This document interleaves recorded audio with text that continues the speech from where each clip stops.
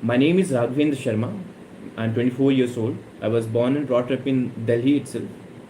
मैंने 8वीं तक पढ़ाई जो है वो छोटे से प्राइवेट स्कूल से की, अपने घर के पास में ही, पापा के दोस्त का स्कूल था। और उसके बाद मैंने 9वीं से 12वीं तक की जो पढ़ाई है वो मैंने एक सरकारी स्कूल, दिल्ली के सरकारी स्कूल से की। उसके बाद मैंने अपना ग्रेजुएशन इकोनॉमिक्स ऑनर्स में किया, दिल्ली यूनिवर्सिटी के शिवाजी कॉलेज से। मैंने आपको अपने बारे में थोड़ा बहुत जो बताया वो उससे मैं आपको ये बताना चाहता हूँ कि मैं बहुत हम्बल बैकग्राउंड से आता हूँ। मेरे पिताजी एक केमिस्ट शॉप चलाते हैं। मैं एक मिडिल क्लास फैमिली से आता हूँ। मेरे पास और मेरे एजुकेशन बैकग्राउंड भी आपने देखा, मैंने सरकारी स्कूल से पढ़ाई की। उसके बाद मैं दिल्ली यूनिवर्सिटी के एक लेसर नोन कॉलेज से, शिवाजी कॉलेज आप सबको नहीं पता होगा, एक लेसर नोन कॉलेज से की। तो आप में से जो भी एक हम्बल बैकग्राउंड से आते हैं और उनको अक्सर लगता है कि यार हमें यूपीएससी में आईआईटीएंस और आईआईएम क्वालिफाइड लोगों से compete करना है, हम कर पाएंगे या नहीं, तो मैं आपके सामने आकर आपको यही बताना चाहता हूँ कि आप बिल्कुल कर सकते हैं। आपका बैकग्राउंड कुछ भी रहा हो, आप सरकारी स्कूल से पढ़े हो मेरी तरह, आप किसी अच्छे कॉलेज से ना रहे हो, आपने इंजीनियरिंग ना की हो, इन चीज़ों से फ़र्क नहीं पड़ता है। आपके अंदर वो जुनून है, आपके अंदर वो सपना है कि यार यूपीएससी क्रैक करना है, तो आप बिल्कुल कर सकते हैं। तो ये रहा मेरा थोड़ा बहुत इंट्रोडक्शन। मैं आपको ये भी बता दूं कि मैंने जीएस की कोई कोचिंग नहीं ली, क्योंकि जीएस की कोचिंग में अमूमन 1.5 से 2 लाख रुपए लग जाते हैं। तो मैंने जीएस की कोई कोचिंग नहीं ली। मैंने अपने 2 अटैम्प्ट्स, मैंने पिछले साल भी इंटरव्यू दिया, इस साल भी इंटरव्यू दिया, मैंने अपने दोनों अटैम्प्ट्स में कोई भी टेस्ट सीरीज़ नहीं खरीदा। मैंने अपने घर पे रह करके तैयारी की है। मैंने अपने ऑप्शनल की कोचिंग ज़रूर की है, पर मैंने उसके अलावा और कहीं पे मैंने जो जहाँ पे बहुत सारा पैसा लगता है यूपीएससी कोचिंग में, वो सब मैंने नहीं की, क्योंकि थोड़ा फाइनेंशियल इश्यूज़ भी थे डेफिनेटली। तो आप सबको मैं यही बताना चाहूँगा सबसे पहली बात कि आप कोई भी बैकग्राउंड से हो, आप मिडिल क्लास हो, आपके पास कोचिंग के लिए बहुत पैसे ना हो, आप उसके बावजूद भी यूपीएससी की तैयारी कर सकते हैं और उसको क्लियर कर सकते हैं। तो ये रहा थोड़ी बहुत मेरे बारे में बात। उसके बाद अब एग्ज़ाम के बारे में बात करते हैं। तो बेसिकली आप सबको मालूम है इस एग्ज़ाम के 3 स्टेजेस हैं, prelims, mains and then the personality test, या जिसको इंटरव्यू भी कहा जाता है। तो सबसे पहले प्रीलिम्स से स्टार्ट करते हैं। प्रीलिम्स की मेरी क्या स्ट्रेटजी रही, और जब आप बेसिक तैयारी शुरू करते हैं तो आप बेसिकली प्रीलिम्स के लिए प्रिपेयर करते हैं, क्योंकि मेंस तो प्रीलिम्स के बाद आता है। तो आप शुरुआती दौर में आपके दिमाग में प्रीलिम्स होता है। तो जो लोग 2023 के लिए तैयारी कर रहे हैं उनके दिमाग में भी कहीं ना कहीं ये क्वेश्चन होगा सबसे इम्पॉर्टेंट कि प्रीलिम्स की तैयारी कैसे करें। तो मैं आपको प्रीलिम्स के बारे में थोड़ा बहुत जो मैंने किया और जो मुझे लगता है करना चाहिए वो मैं आपको बताऊंगा। तो प्रीलिम्स की स्ट्रेटजी अगर मैं शेयर करूं आपसे, तो मुझे कुछ एक चीज़ें लगती हैं जो बहुत ही ज़रूरी हैं और जिन्होंने मुझे बहुत मदद की है। मैंने 3 प्रीलिम्स दिए लगातार। पहला अटैम्प्ट दिया 2020 में, मैंने प्रीलिम्स क्वालिफाई किया। 2021 में दिया, और 2021 में महज 14-15 दिनों की जो तैयारी थी उसके साथ मैंने प्रीलिम्स दिया। इसके बारे में मैं अभी आगे लाइव में और शेयर करूँगा ऐसा क्यों। और इस बार भी मैंने प्रीलिम्स दिया। रिज़ल्ट के बाद एक 5 दिन बाद प्रीलिम्स था 2022 का, और रिज़ल्ट तक कोई खास तैयारी नहीं थी। रिज़ल्ट के बाद जश्न मनाने में ही काफ़ी समय गुजर गया और मैं तैयारी नहीं कर पाया। बट फिर भी मैंने प्रीलिम्स दिया और मैंने इस बार भी क्वालिफाई किया है, बिकॉज मुझे आईपीएस मिलेगा इस बार, which is wonderful service and I love it, no doubt about it. But I appeared again because I had the age and I had the attempt. So I thought, I mean, people suggested me that why not? So I appeared again and I have cleared prelims again this year. So my strategy that I will be sharing with you is definitely personal, but मैं आपसे साझा इसलिए कर रहा हूँ क्योंकि इसने मुझे बहुत मदद किया 3 बार प्रीलिम्स क्रैक करने में। तो अब क्या बेसिक चीज़ें रही हैं मेरी स्ट्रेटजी की, मैं आपसे शेयर करूँ तो सबसे पहली बात जो है वो है स्टैटिक ही सिलेक्शन कराएगा। मैं आपको अगर एक लाइन में बताऊं स्टैटिक की इंपॉर्टेंस, तो स्टैटिक ही सिलेक्शन कराएगा, स्टैटिक ही प्रीलिम्स क्लियर कराएगा। तो सबसे ज़्यादा ज़रूरी है कि जो स्टैटिक का क्या मतलब है। पॉलिटी के लिए लक्ष्मीकांत, मॉडर्न हिस्ट्री के लिए आप बिपिन चंद्रा या स्पेक्ट्रम जो भी करते हैं। सिमिलरली एंशिएंट और मिडाइवल हिस्ट्री के लिए आप एनसीईआरटीज़ करते हैं, जो भी बेसिक नोट्स करते हैं। कल्चर, सिमिलरली जियोग्राफी, इकोनॉमी, इन सब के लिए जो बेसिक कॉन्सेप्ट्स हैं, जो बेसिक सोर्सेज हैं, वो स्टैटिक होता है और उसकी तैयारी हद से ज़्यादा ज़रूरी है, क्योंकि करंट अफेयर्स मदद करते हैं, लेकिन अगर स्टैटिक में आप गलत करते हैं, मैं सबको यही बात बोलता हूँ कि यार अगर तुम प्रीलिम्स दे रहे हो और तुम पॉलिटी का ऐसा क्वेश्चन जो लक्ष्मीकांत से सॉल्व हो सकता था तुम उसको गलत कराते हो, तो बहुत कम चांसेस हैं फिर, क्योंकि उसके अलावा तो यूपीएससी कहाँ से क्वेश्चन पूछ रहा है उसकी आइडिया किसी को नहीं है। तो आपके पास आपका मार्जिन सिक्योर करने के लिए, आपका अटेम्प्ट सिक्योर करने के लिए एकमात्र चीज़ है, वो है स्टैटिक। तो आप जब प्रीलिम्स की तैयारी कर रहे हैं तो आपका सबसे इंपॉर्टेंट फोकस होना चाहिए कि अगर कोई क्वेश्चन लक्ष्मीकांत से आता है, अगर कोई क्वेश्चन स्पेक्ट्रम एनवायरनमेंट के लिए शंकर आईए से आता है, या बेसिक एनसीईआरटी ज्योग्राफी की, एंशियंट की, मिडाइवल की, या कल्चर के आपके बेसिक नोट्स जो होते हैं इनसे, अगर, या इकोनॉमी के बेसिक नोट्स, अगर इनसे कोई क्वेश्चन आता है तो वो मैं गलत नहीं करूँगा। अगर आप इस लेवल की तैयारी करके जाते हैं तो पहली बात तो कि आपके अंदर कॉन्फिडेंस होगा कि मैंने इतनी तैयारी की है, डेफिनेटली मेरा क्लियर होगा, वो कॉन्फिडेंस आएगा। और दूसरी बात ये कि अगर आप इस लेवल की तैयारी करके जा रहे हैं कि इन बेसिक बुक से अगर कोई क्वेश्चन आ रहा है तो मैं गारंटी दे सकता हूँ कि मैं इसको गलत नहीं करूँगा। तो ट्रस्ट मी, 99% आपका जो सिलेक्शन है वो कंफर्म है। क्यों? क्योंकि जो 100 क्वेश्चंस में से 60 क्वेश्चंस इन बेसिक जो बेसिक बुक्स हैं, जो बेसिक स्टैटिक कंटेंट है, स्टैटिक मटेरियल है, इसमें से वो क्वेश्चन सॉल्व हो जाएंगे। मैं ये नहीं कह रहा हूँ कि डायरेक्टली उठ के आएंगे, पर अगर इनकी आपकी अच्छी रिवीजन है, अच्छी अंडरस्टैंडिंग है इन बेसिक कंटेंट की, तो वो 60 क्वेश्चन आपको सॉल्व हो जाएंगे। और मेरी ये स्ट्रेटजी है प्रीलिम्स की कि 100 में से 80 क्वेश्चन अटेम्प्ट करेंगे, तो 20 क्वेश्चन तो आप सीधा सीधा छोड़ सकते हैं। उन 80 में से भी आपके पास स्कोप है कि आप 20 क्वेश्चन गलत करेंगे। अगर आप 60 क्वेश्चन सही करते हैं और 20 क्वेश्चन गलत करते हैं, उसके बावजूद जो आपकी कट ऑफ क्लियर हो जाएगी। और वो 60 क्वेश्चंस में से 40 से 50 क्वेश्चंस आप बेसिक मटेरियल से आराम से सॉल्व कर सकते हैं। तो इसलिए सबसे जो इम्पॉर्टेंट चीज़ मेरे लिए, जो पहली इम्पॉर्टेंट चीज़ है, वो है स्टैटिक। ठीक है, उसके बाद आते हैं करंट अफेयर्स पे। स्टैटिक डेफिनेटली इंपॉर्टेंट है, पर करंट अफेयर्स भी आप छोड़ कर नहीं जा सकते। तो करंट अफेयर्स आप कैसे करेंगे? करंट अफेयर्स के लिए कई सारी चीज़ें हैं। न्यूज़पेपर की उपलब्धता के, न्यूज़पेपर की जो ज़रूरत है, न्यूज़पेपर की इंपॉर्टेंस के बारे में हम आगे फिर बात करेंगे, थोड़ी देर बाद मैं फिर से बात करूँगा। पर अभी शॉर्ट में बताऊँ तो न्यूज़पेपर आप पढ़ेंगे करंट के लिए, लेकिन न्यूज़पेपर की वैल्यू करंट से भी ज़्यादा है, बट अभी खुद को सीमित रखते हैं। करंट के लिए आप न्यूज़पेपर डेली पढ़ेंगे, आप चीज़ें समझने की कोशिश करेंगे। जो इश्यूज़ न्यूज़ में चल रहे हैं कि फार्मल लॉ के बारे में इशू चल रहा है, या आर्म फोर्सेस के बारे में इशूज़ चल रहे हैं, तो ये सब क्यों हो रहा है, या इंटरनेशनल रिलेशंस में जो सब चल रहा है, आप उसको समझने की कोशिश करेंगे। ठीक है, उसके बाद आती है करंट अफेयर्स के लिए मैगजीन्स। मंथली मैगजीन्स बहुत इंपॉर्टेंट है। क्यों? क्योंकि आप एक न्यूज़पेपर रेफर करते हैं, पर जो मैगजीन्स हैं वो बहुत सारे सोर्सेज से जो इंपॉर्टेंट न्यूज़ है उसको ला करके कंपाइल करके आपको प्रेजेंट कर रही है। तो मैगजीन्स बहुत ज़्यादा इंपॉर्टेंट है। मंथली मैगजीन आप कोई भी उठाइए, मैं किसी भी पर्टिकुलर कोचिंग इंस्टीट्यूट की मैगजीन को आपको रिकमेंड या कोई सजेस्ट नहीं करूँगा। आप कोई भी मंथली मैगजीन उठाइए, 3-4 जाइए मार्केट में, पढ़िए, जो आपको अच्छा लगता है कि यार ये मुझे समझ आ रही है, आप उसको उठाइए। और 12 महीने, आप मोस्टली आप 1 साल की तैयारी करते हैं तो हर महीने की एक ही मंथली मैगजीन पढ़िए और उसको अच्छे से कीजिए, उनको रिवाइज भी कीजिए। सिर्फ एक बार पढ़ के उसको फेंकना नहीं है, उसको आप रिवाइज कीजिए। जब भी आप टेस्ट सॉल्व कर रहे हैं तो एक बार करंट अफेयर्स भी रिवाइज करते जाइए।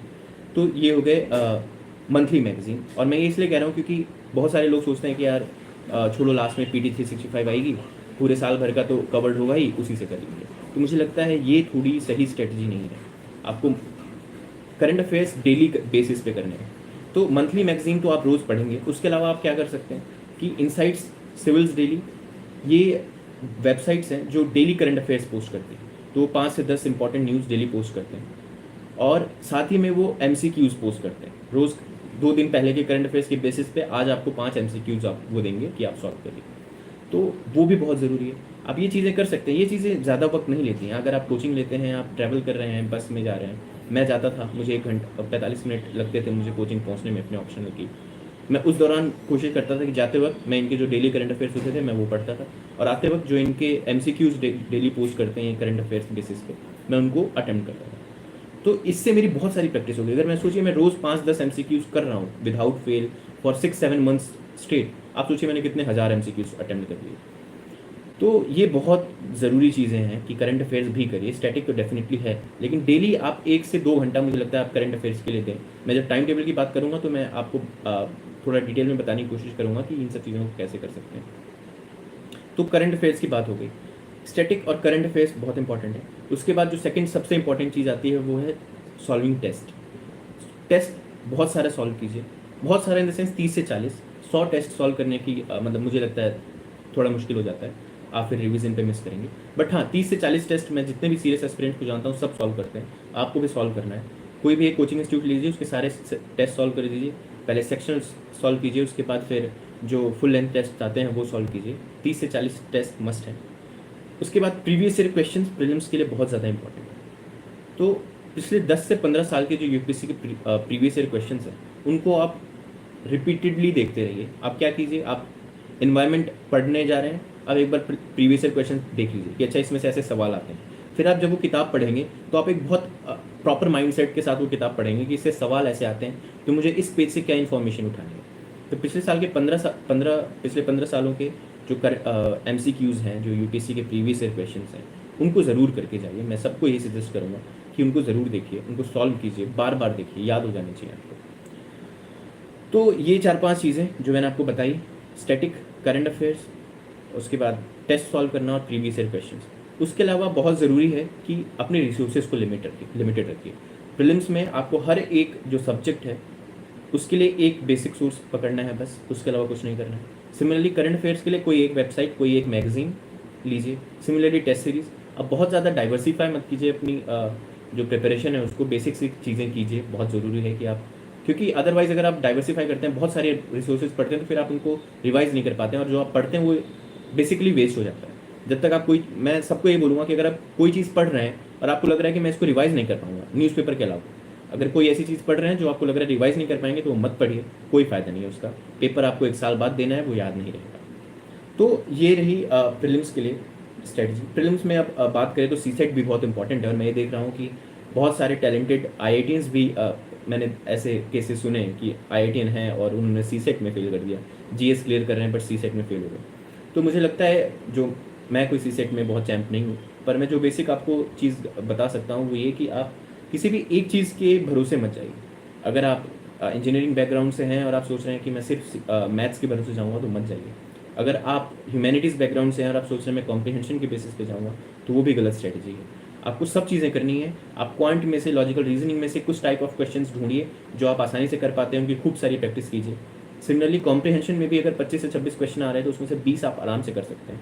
5-6 क्वेश्चन थोड़े ज़्यादा ट्रिकी होते हैं और वो किसी को कन्फर्म आंसर नहीं पता होता है, बट 20 क्वेश्चन हैं आपके पास, तो वो आपको ज़रूर करना चाहिए। तो ये रहा प्रीलिम्स के लिए जो मैं सोचता हूँ, जो मेरी स्ट्रेटजी रही है और मैं जो आपको सजेशन दूंगा।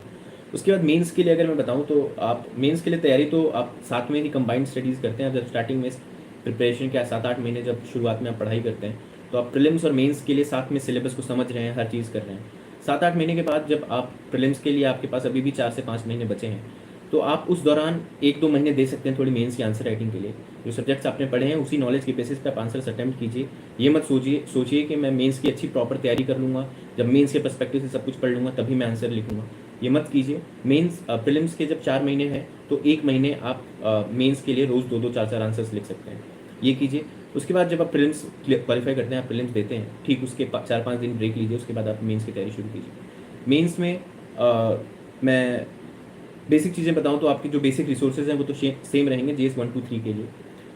उसमें कुछ एक चीज़ें हैं जैसे वर्ल्ड हिस्ट्री। तो वर्ल्ड हिस्ट्री के लिए मैं आपको सजेस्ट करूँगा कि, क्योंकि उसका आउटपुट बहुत कम है, प्रीलिम्स में आता नहीं है और मेंस में हार्डली 1 से 2 क्वेश्चन, या 2020 में तो 1 भी क्वेश्चन नहीं आया था। तो वर्ल्ड हिस्ट्री के लिए आउटपुट नहीं है, तो मैं SOMP एक है, SOMP, इसका वर्ल्ड हिस्ट्री का जो मटेरियल है मैं आपको सजेस्ट करूँगा कि आप वो देखिए। और काफ़ी कंसाइज है और उसको पढ़ लीजिए। आप कोशिश कीजिए कि 1 बार, 2 बार, 3 बार उसको पढ़ लें, ताकि वर्ल्ड हिस्ट्री से कुछ है तो आप उसको ब्लैंक ना छोड़ें। मुझे लगता है बस इतनी ही वर्ल्ड हिस्ट्री की तैयारी करनी चाहिए। उसके बाद सोसाइटी जैसी चीज़ें, तो सोसाइटी के लिए आप कहीं से भी नोट्स उठा करके GS के वो पढ़ सकते हैं। किसी कोचिंग, विजन IAS के सोसाइटी के नोट्स अच्छे हैं, उनको आप एक बार बेसिक पढ़ लीजिए, थोड़े कीवर्ड्स नोट्स बना लीजिए अपने कीवर्ड्स के। और उसके अलावा जो करंट अफेयर्स है, मीन्स 365 आता है, उसमें एक सोसाइटी की बुकलेट होती है, उसको अच्छे से तैयार कीजिए, इतना सोसाइटी के लिए हो जाएगा। मैं ये चीज़ें वो बता रहा हूँ जो प्रीलिम्स से अलग हैं, जो मेंस में अलग सिलेबस है, बाकी सारी चीज़ें तो कॉमन ही हैं। उसके बाद GS 4 डेफिनेटली बहुत इंपॉर्टेंट हो जाता है मेंस के पर्सपेक्टिव से।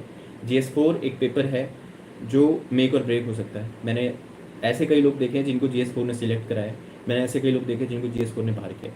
तो GS 4 बहुत ज़रूरी है और आपको कोशिश करनी है कि स्लाइटली अबव एवरेज मार्क्स आप GS 4 में लेके आएँ, जिससे आपका सिलेक्शन का थोड़ा श्योर हो पाए। तो उसके लिए आप GS 4 के लिए क्या कीजिए कि जो आपके सिलेबस है आप उसको अच्छे से देखिए, और सिलेबस में जितनी कीवर्ड्स हैं, syllabus plus previous year questions जो पिछले 7-8 साल में एथिक्स के क्वेश्चंस आए हैं, उनमें जो सारे कीवर्ड्स हैं उनकी एक लिस्ट बनाइए। कीवर्ड्स का क्या मतलब हुआ? एटीट्यूड, ठीक है, एटीट्यूड एक कीवर्ड है, इमोशनल इंटेलिजेंस एक कीवर्ड है, कॉर्पोरेट गवर्नेंस एक कीवर्ड है, ठीक है। सिमिलरली पेट्रियाटिज्म, हैप्पीनेस, एंगर, ये सारे कीवर्ड्स हैं जो आपको एथिक्स में काम आएंगे। इनकी एक लिस्ट बनाइए और उसके बाद आप कोई भी एक बेसिक सोर्स उठाइए, उसमें से इन जो सारे कीवर्ड्स हैं इनकी बेसिक डेफिनेशन देखिए, इन पे आप एग्जाम्पल देखिए। तो एथिक्स में आप मैं बताऊँ तो क्या चीज़ें कर सकते हैं आप। एक तो हर एक कीवर्ड की एक बेसिक से डेफिनेशन जो आपके अपने शब्दों में हो, जो आपको एकदम रट जाए, ठीक है, कि वो आपको कोई नींद में उठा करके बोले कि इमोशनल इंटेलिजेंस क्या होता है और आप उसकी डेफिनेशन रट के बता दें, क्योंकि एथिक्स में टाइम नहीं होता है, तो आपको रटना बहुत ज़रूरी है ये बेसिक से डेफिनेशन, ठीक है। उसके बाद उस टॉपिक से, उस कीवर्ड से मिलता जुलता एक कोट ढूंढ लीजिए, ठीक है, कोई फिलॉसफी ढूंढ लीजिए। जैसे अगर मैं एग्जांपल दूँ इमोशनल इंटेलिजेंस का ही, तो इसमें आप जैसे भगवत गीता में एक स्थित प्रज्ञ की बात कही गई है, वो इमोशनल इंटेलिजेंस है बेसिकली। सिमिलरली बुद्धिज़्म में बुद्धा जी के बहुत सारे कोट्स मिलेंगे आपको जो आप इमोशनल इंटेलिजेंस में यूज़ कर सकते हैं। तो क्या चीज़ें की, एक डेफिनेशन, कोई थिंकर आपको मिल गया कि इमोशनल इंटेलिजेंस में एरिस्टोटल की भी कुछ कोट्स हैं, तो एरिस्टोटल को आप कोट कर सकते हैं। सिमिलरली बुद्धा तो हैं ही। तो कुछ फिलॉसफीज़ ढूंढिए, philosophy in the sense Buddhism, Jainism, इन सारी फिलॉसफीज़ को आप अगर मेंशन कर पाए तो बहुत सही। थिंकर, कोई कोट, कोई फिलॉसफी, डेफिनेशन तो है ही, उसके साथ कोई एग्जाम्पल्स इन द सेंस आपके रियल लाइफ एग्जाम्पल कि आपने इमोशनल इंटेलिजेंस कब दिखाया अपनी लाइफ में, कोई एग्जाम्पल सोचिए और उसको लिखिए। सिमिलरली कोई सिविल सर्वेंट के एग्जाम्पल उठाइए, किसी पब्लिक सर्वेंट, नेता, कोई पॉलिटिशियन, प्राइम मिनिस्टर, प्रेसिडेंट, किसी के एग्जाम्पल उठाइए कि उन्होंने कब इमोशनल इंटेलिजेंस का यूज़ किया। आप न्यूज़पेपर अगर पढ़ते हैं तो उसमें अगर आप थोड़े ऑब्जर्वेंट होकर के देखेंगे तो आपको रोज़ ऐसे एग्जाम्पल्स मिलते रहेंगे जो आपको एथिक्स में यूज़ हो पाएंगे। तो एथिक्स का preparation is all about this much, definition, thinkers and quote, examples, that's it. उसके बाद सब राइटिंग प्रैक्टिस है।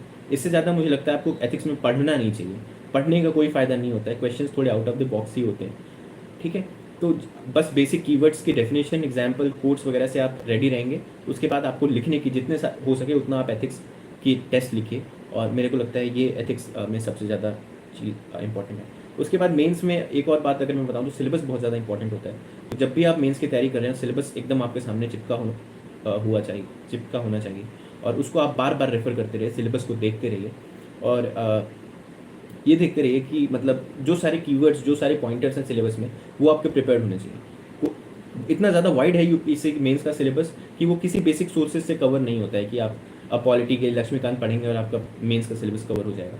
तो उसके लिए आप हर एक पॉइंटर के लिए अलग अलग चीज़ें तो नहीं रेफर कर सकते, तो उसके लिए आप गूगल का इस्तेमाल कर सकते हैं। आप प्रीवियस टॉपर्स के नोट्स दे सकते हैं। मैं आपको एक सजेस्ट करूँगा, ऋषिकेश रेड्डी हैं सर, पास्ट के टॉपर हैं यूपीएससी के। उनके नोट्स काफ़ी अच्छे हैं जो आपको पॉलिटी में मदद करेंगे। इवन एथिक्स में उनके नोट्स हैं, वर्ल्ड हिस्ट्री के उनके नोट्स हैं, वो सारे आप गूगल करेंगे, सिंपली आपको ऋषिकेश रेड्डी नोट्स आप गूगल करेंगे, आपको मिल जाएंगे। तो वो ये नोट्स आप इस्तेमाल कर सकते हैं अपने मेंस में, जहाँ पे गैप्स हैं उनको फिल करने के लिए। तो ये रही बात मेंस की।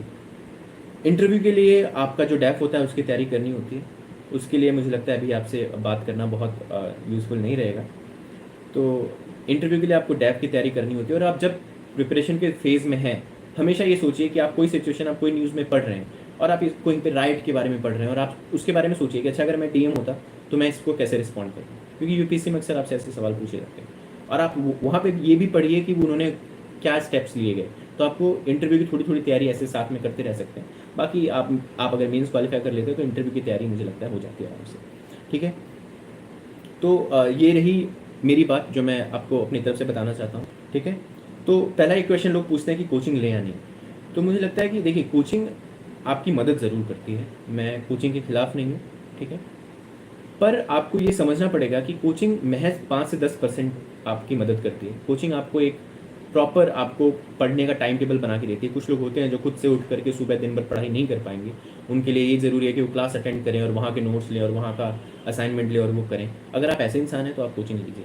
सेकेंडली, अगर आप इजीली अफोर्ड कर सकते हैं और आपको लगता है यार कि मेरे पास गाइडेंस नहीं है, क्योंकि गाइडेंस की बहुत ज़्यादा इंपॉर्टेंस है।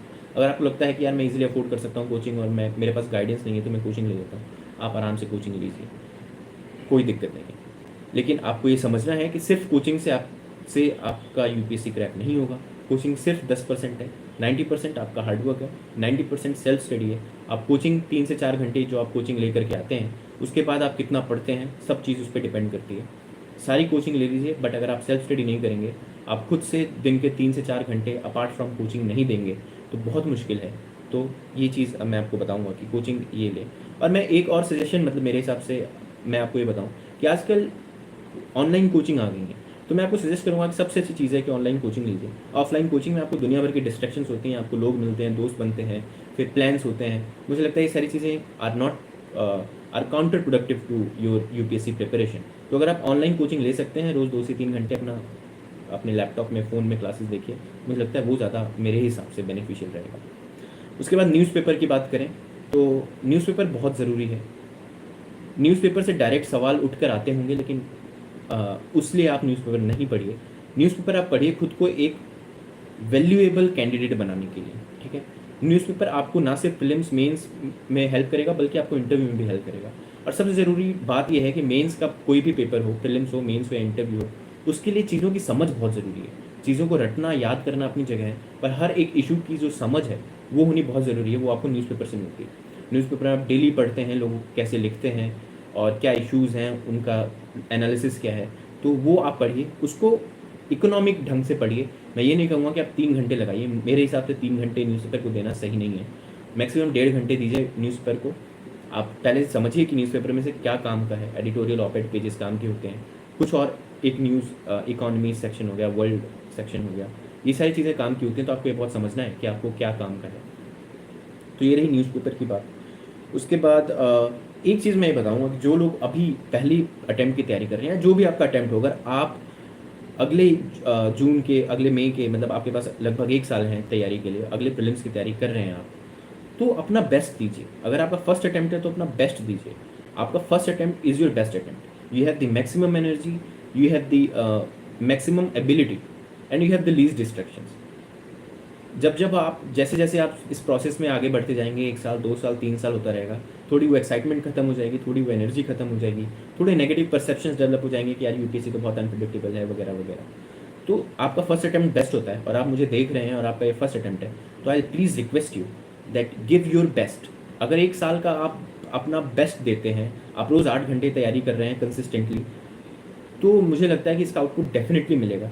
इस अटेम्प्ट में नहीं तो अगले या उससे अगले अटेम्प्ट में, बट आपका आउटपुट डेफिनेटली मिलेगा अगर आप अगला 1 साल बहुत ही अच्छे ढंग से आप डेडिकेटेड वे में प्रिपेयर कर रहे हैं, कंसिस्टेंसी के साथ प्रिपेयर कर रहे हैं। आपकी स्टडीज़ में ब्रेक्स नहीं आने चाहिए, ठीक है। बेसिक सोर्सेज रेफर कर रहे हैं आप, बहुत सारी चीज़ें, दुनिया भर की चीज़ें पढ़ने के पीछे नहीं पढ़ रहे हैं। आप एक स्ट्रेटजी बना रहे हैं, उससे स्टिक कर रहे हैं। आप एक टाइम टेबल बना रहे हैं और उससे स्टिक कर रहे हैं। आप डेली, मंथली और वीकली टारगेट्स बना रहे हैं और उनको 90% कोशिश कर रहे हैं कि अचीव करें। ये बेसिक चीज़ें अगर आप 1 साल तक लगातार करते हैं, तो मैं आपको गारंटी दे सकता हूँ कि यूपीएससी में सिलेक्शन होगा।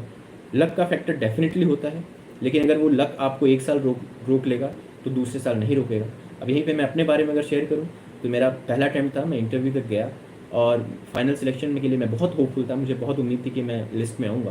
पर 24 सितंबर 2021 शाम को 6 बजे रिज़ल्ट आया और मैं लिस्ट में नहीं था। बहुत दुख हुआ।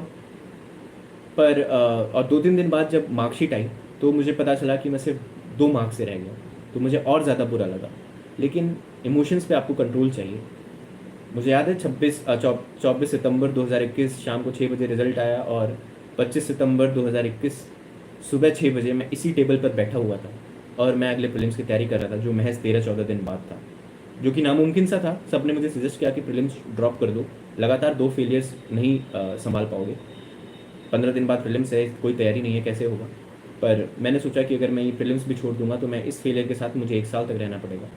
बट अगर मैं प्रीलिम्स देता हूँ और इसको क्लियर कर लेता हूँ, तो ये जो मेरा फेलियर रहा है फाइनल रिजल्ट में रह जाने का, इससे मुझे डील करने में बेटर हेल्प मिलेगी। और इन दी एंड वही हुआ। मैं क्यों कर पाया? क्योंकि डिसिप्लिन की आदत थी। मैं कितना भी हार्ट ब्रोकन था, मैं सो नहीं पाता था, पर समहाउ एक जो वो हैबिट बन चुकी थी कि सुबह उठ के न्यूज़पेपर पढ़ रहे हैं, करंट अफेयर्स पढ़ रहे हैं, जीएस पढ़ रहे हैं, उसके बाद ऑप्शनल पढ़ रहे हैं, थोड़ा पेपर सॉल्व कर रही है, ये हैबिट बन चुकी थी और ये मैं मोनोटोनसली कर सकता था, बिना बहुत सारा एफर्ट डाले कर सकता था। तो मैंने वो किया और आज महज 9 महीने हुए पिछले रिज़ल्ट के और मैंने वो रिज़ल्ट पलट दिया और मैं बेस्ट ऑफ द 2 सर्विसेज मुझे आईएएस अदरवाइज आईपीएस मिल जाएगा इस साल definitely. So take this as a motivation that failures may come and failures will definitely come, for most of you. I wish that everyone clears in the first attempt, but you know that that's not possible. Out of the 5 to 7 lakh people that appear for the examination, hardly 700 800 people clear it. So rest 6 lakh 99,000 people are going to be out of the list. But if you are working hard with dedication, with consistency, with perseverance, then I can guarantee you one thing, that if not this year, your selection will be finalized in the next year. So this was all from me. All the best to everyone. And now I'll take your comments. So yeah, there have been a lot of messages, and sir हमको आपसे बात करना है, ठीक है आप. So those of you who want to connect to me, you can go on my Instagram, raghavendra.ips, raghvendra.ips. You can text me there. I try my best to reply to everyone. Sir, does gap year makes interview marks bad, like board members give less marks to people with gap years? So no, I'd say not at all. If you are able to justify your gap years, why have you not been doing anything for the past few years? And there are a lot of people, yeah. You see that, I mean, hardly 10% of the people make it to the list in their first or second attempt, right? So majority is in fourth or fifth attempt. So they have not been doing anything for the last 5 years. So it does not affect your interview marks. Just be confident and say, sir, this was my dream, okay? And I have been following it. Despite a few failures, I was trying to reach my dream, okay? Sir notes बनाने ज़रूरी हैं current affairs के? Notes बनाने के लिए, current affairs के लिए मैं सजेस्ट करूँगा कि आप मंथली मैगजीन पढ़ रहे हैं, पर अगर आप न्यूज़पेपर या इंटरनेट पे किसी ऐसी चीज़ से यू कम अक्रॉस समथिंग जो आपको लगता है कि ये यूज़फुल हो सकता है, तो उसको आप एवरनोट, मैंने फ़ोन में एवरनोट का ऐप डाउनलोड किया हुआ था, आपको सिंपली मिल जाएगा. उसमें आप जाइए और फाइल बनाइए करंट अफेयर्स के लिए. आप सारे जीएस के लिए अलग अलग फोल्डर बना सकते हैं, और उसमें जो आपको वो न्यूज़ मिली उसको 3-4 लाइनों में आप समराइज़ करके वहाँ पे लिख सकते हैं. तो ये आप कर सकते हैं करंट अफेयर्स के लिए. How to cover environment portion, ठीक है. इन्वायरमेंट के लिए आप एक बेसिक बुक कीजिए. मैंने शंकर आईएएस की थी, आप कोई और भी कर सकते हैं. उसके अलावा आई सजेस्ट कि जो करंट अफेयर्स है उसको अच्छे से कीजिए. डेली करंट अफेयर्स अगर आप पढ़ रहे हैं तो उसमें इन्वायरमेंट के जो करंट अफेयर्स हैं उनको अच्छे से पढ़िए.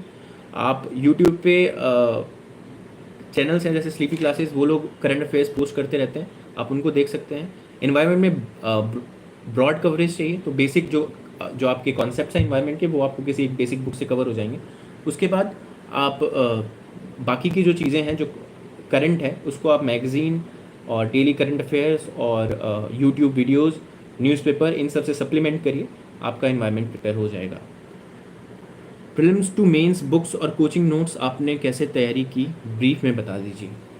प्रीलिम्स टू मेंस बुक्स और कोचिंग नोट्स, मैं आपका क्वेश्चन समझ नहीं पाया. अगर आप ये पूछ रहे हैं कि मैंने प्रीलिम्स टू मेंस में कैसे तैयारी की, प्रीलिम्स से मेंस के बीच में, तो प्रीलिम्स से मेंस के बीच में मैंने सबसे पहले प्रीलिम्स के बाद मैंने 3-4 दिन का ब्रेक लिया, और उसके बाद मैं तैयारी में लग गया रिजल्ट आने से पहले. तो रिजल्ट का वेट मत कीजिए, आप मेंस की तैयारी कीजिए. डेफिनेटली सब आपको ये बोलते हैं, मैं भी आपको यही बोलूँगा. तो मैंने मेंस की तैयारी शुरू की, और सबसे पहले मेरा फोकस था उन सब्जेक्ट्स पे जो प्रीलिम्स में पिछले 3 महीनों में मिस हो गए थे. जैसे आप ऑप्शनल की तैयारी नहीं करते हैं प्रीलिम्स के दौरान, आप सोसाइटी हो गया, वर्ल्ड हिस्ट्री हो गई, और गवर्नेंस, एथिक्स बहुत इंपॉर्टेंट है. तो आप, मुझे लगता है एथिक्स और प्रीलिम्स के जस्ट बाद आप एथिक्स और ऑप्शनल, इनको उठाइए, इनके नोट्स उठाइए और उनको फटाक से रिवाइज़ कीजिए मैक्सिमम 15-20 दिनों में. और उसके बाद आप आंसर राइटिंग शुरू कीजिए और बाकी के जीएस. उसके बाद आपकी जो मंथली जो मेंस 365 जैसे करंट अफेयर्स की मैगजीन्स होती हैं वो आने लगती हैं, तो उनसे आप करंट अफेयर्स को सप्लीमेंट कर सकते हैं अपने बाकी जीएस 1, 2, 3 के लिए, क्योंकि उनका स्टैटिक पोर्शन तो आपने ऑलरेडी प्रीलिम्स के लिए पढ़ लिया है. तो ये कीजिए. एथिक्स और ऑप्शनल सबसे पहले उठाइए. उसके बाद गवर्नेंस और सोसाइटी, ऐसी चीज़ें जहाँ पे गैप्स रहते हैं उनको फिल कीजिए. थोड़ा ऐसे के लिए देखिए क्या करना है. उसके बाद जब करंट अफेयर्स आए तो बाकी जीएस 1, 2, 3 को, स्टैटिक और करंट अफेयर्स को एक साथ कीजिए. तो ये रहेगा. 11th में अगर यूपीएससी क्रैक करने के लिए साइंस ले सकते हैं, आप कुछ भी लीजिए. 11th 12th में आपको जो पढ़ना है पढ़िए, कॉलेज में आपको जो पढ़ना है पढ़िए, कोई फ़र्क नहीं पड़ता है. I am not from a prestigious college and I have not extraordinary background like sports, extracurricular activities. आप तो मेरी ही बात कर रहे हैं. I am not from any prestigious college, I do not have any extraordinary और even ordinary achievements. Okay, so I mean I don't see any point there. So don't feel demotivated, don't feel that others are better than you because you're not from some prestigious college. UPSC is an exam where only your hard work, only your dedication matters and nothing else matters.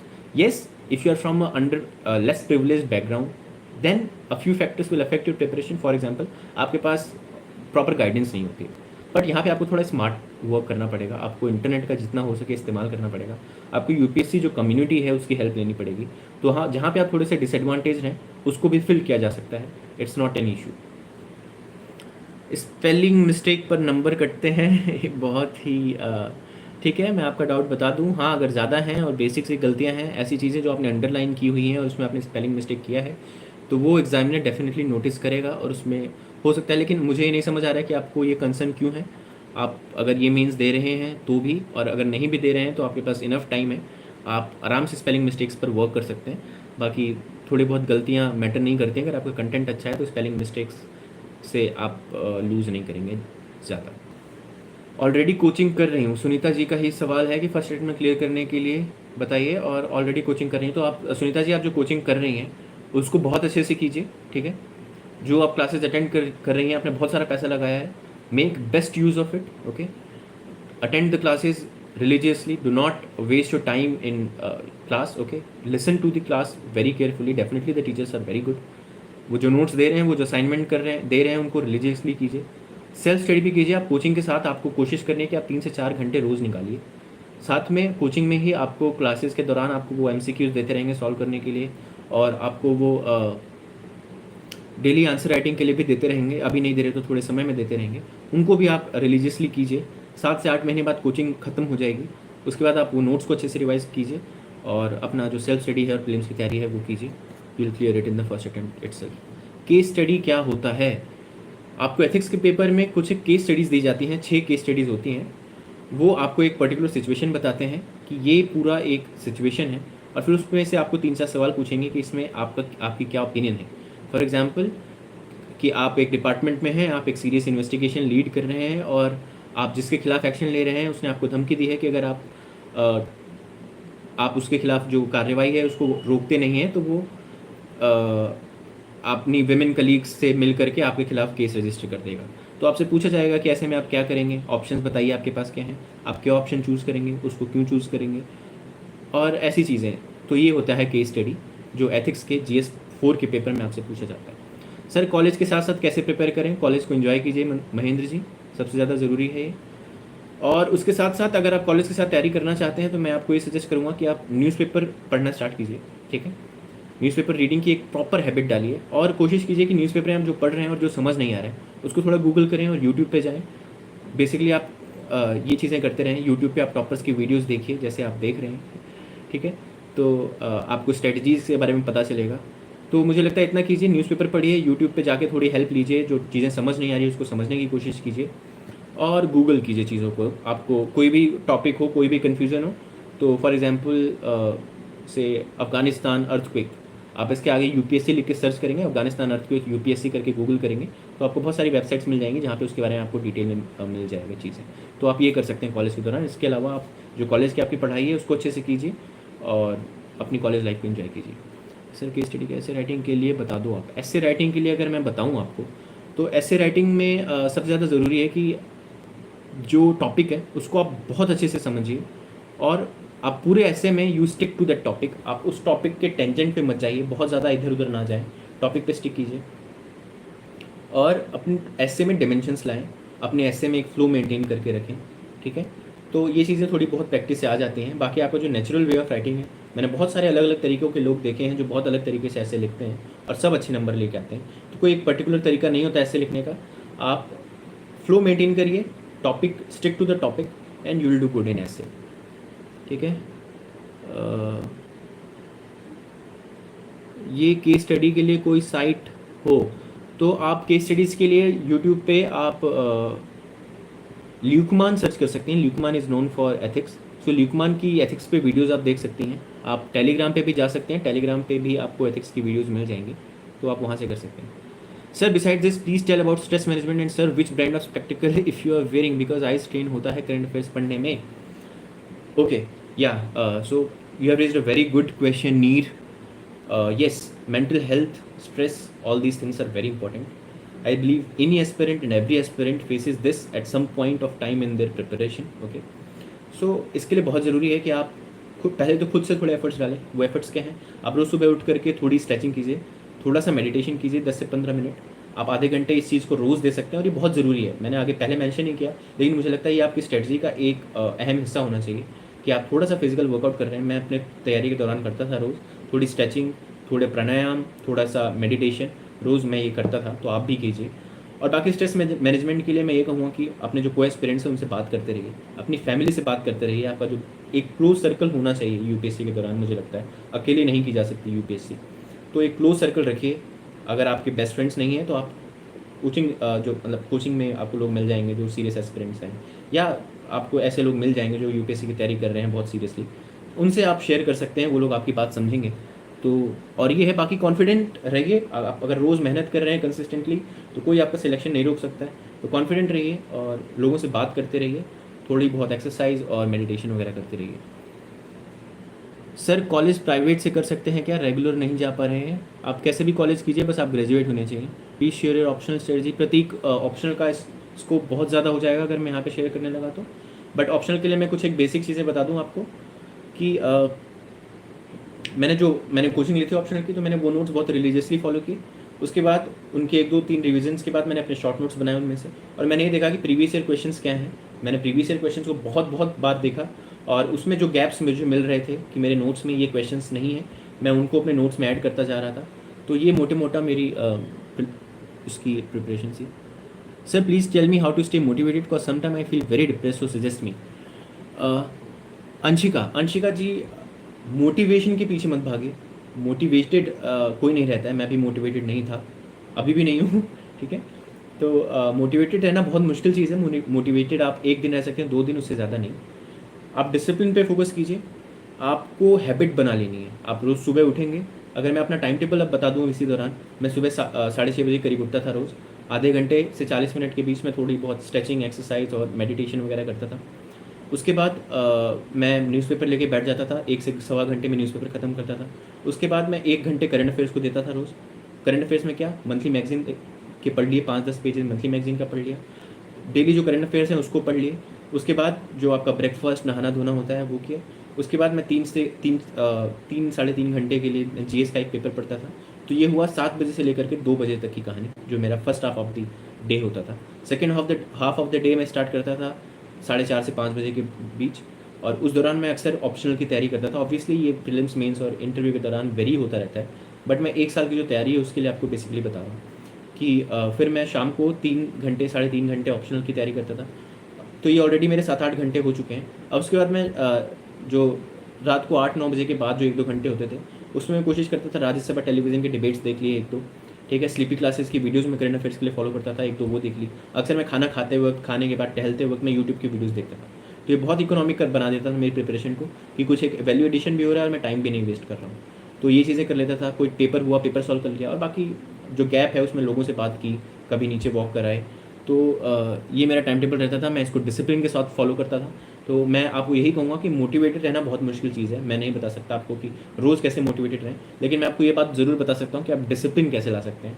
आप एक time table बनाइए और कुछ भी हो जाए उसको आप स्टिक कीजिए। आप 10-12 दिन, 15 दिन अगर आप ये फोर्स करके करते हैं तो उसके बाद आपकी हैबिट बन जाएगी, और फिर आप डिसिप्लिन रहेंगे तो मोटिवेशन खुद आएगी, क्योंकि आपको अपना हार्डवर्क दिखता है। आपको ये दिखता है कि मैं इतना हार्डवर्क कर रही हूँ या कर रहा हूँ, तो मैं एग्ज़ाम कैसे नहीं क्रैक करूँगा। तो ये मोटिवेशन जो अंदर से आती है कि यार मैं इतनी मेहनत कर रहा हूँ तो मैं पक्का क्लियर कर जाऊँगा, वो वाली मोटिवेशन सबसे बेस्ट होती है। तो आप कोई और आर्टिफिशियल मोटिवेशन के पीछे मत जाइए, डिसिप्लिन लाइए, डेडिकेशन लाइए, आप खुद मोटिवेटेड रहेंगे। How much helpful coaching in GS, should I join classroom coaching? Completely your choice आकाश।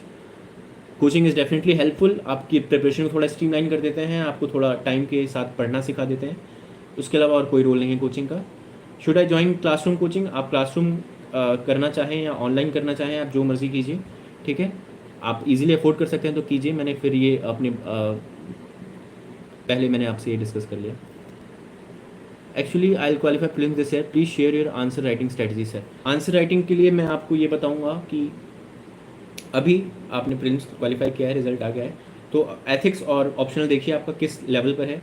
अगर उसको जल्दी से जल्दी फिनिश करें और उसके बाद उनके आंसर्स लिखना स्टार्ट कीजिए। एथिक्स के आंसर लिखिए, ऑप्शनल के लिखिए, और इस दौरान जब आप एथिक्स और ऑप्शनल की तैयारी कर रहे हैं तब आप GS 1 2 3 के आंसर्स लिख सकते हैं। आप ये मत सोचिए कि आपके पास कंटेंट नहीं है, आपने ऑलरेडी प्रीलिम्स क्लियर किया है, इसका मतलब आपके पास नॉलेज है, आपके पास कंटेंट है, ठीक है।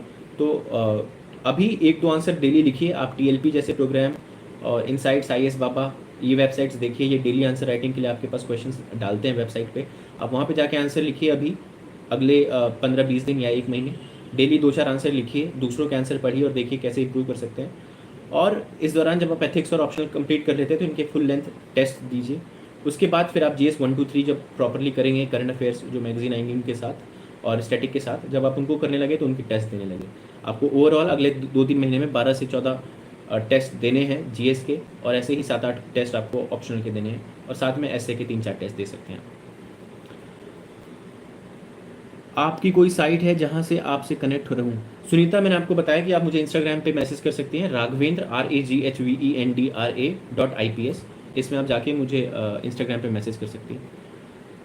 सर, डिस्ट्रैक्शन से कैसे बचें?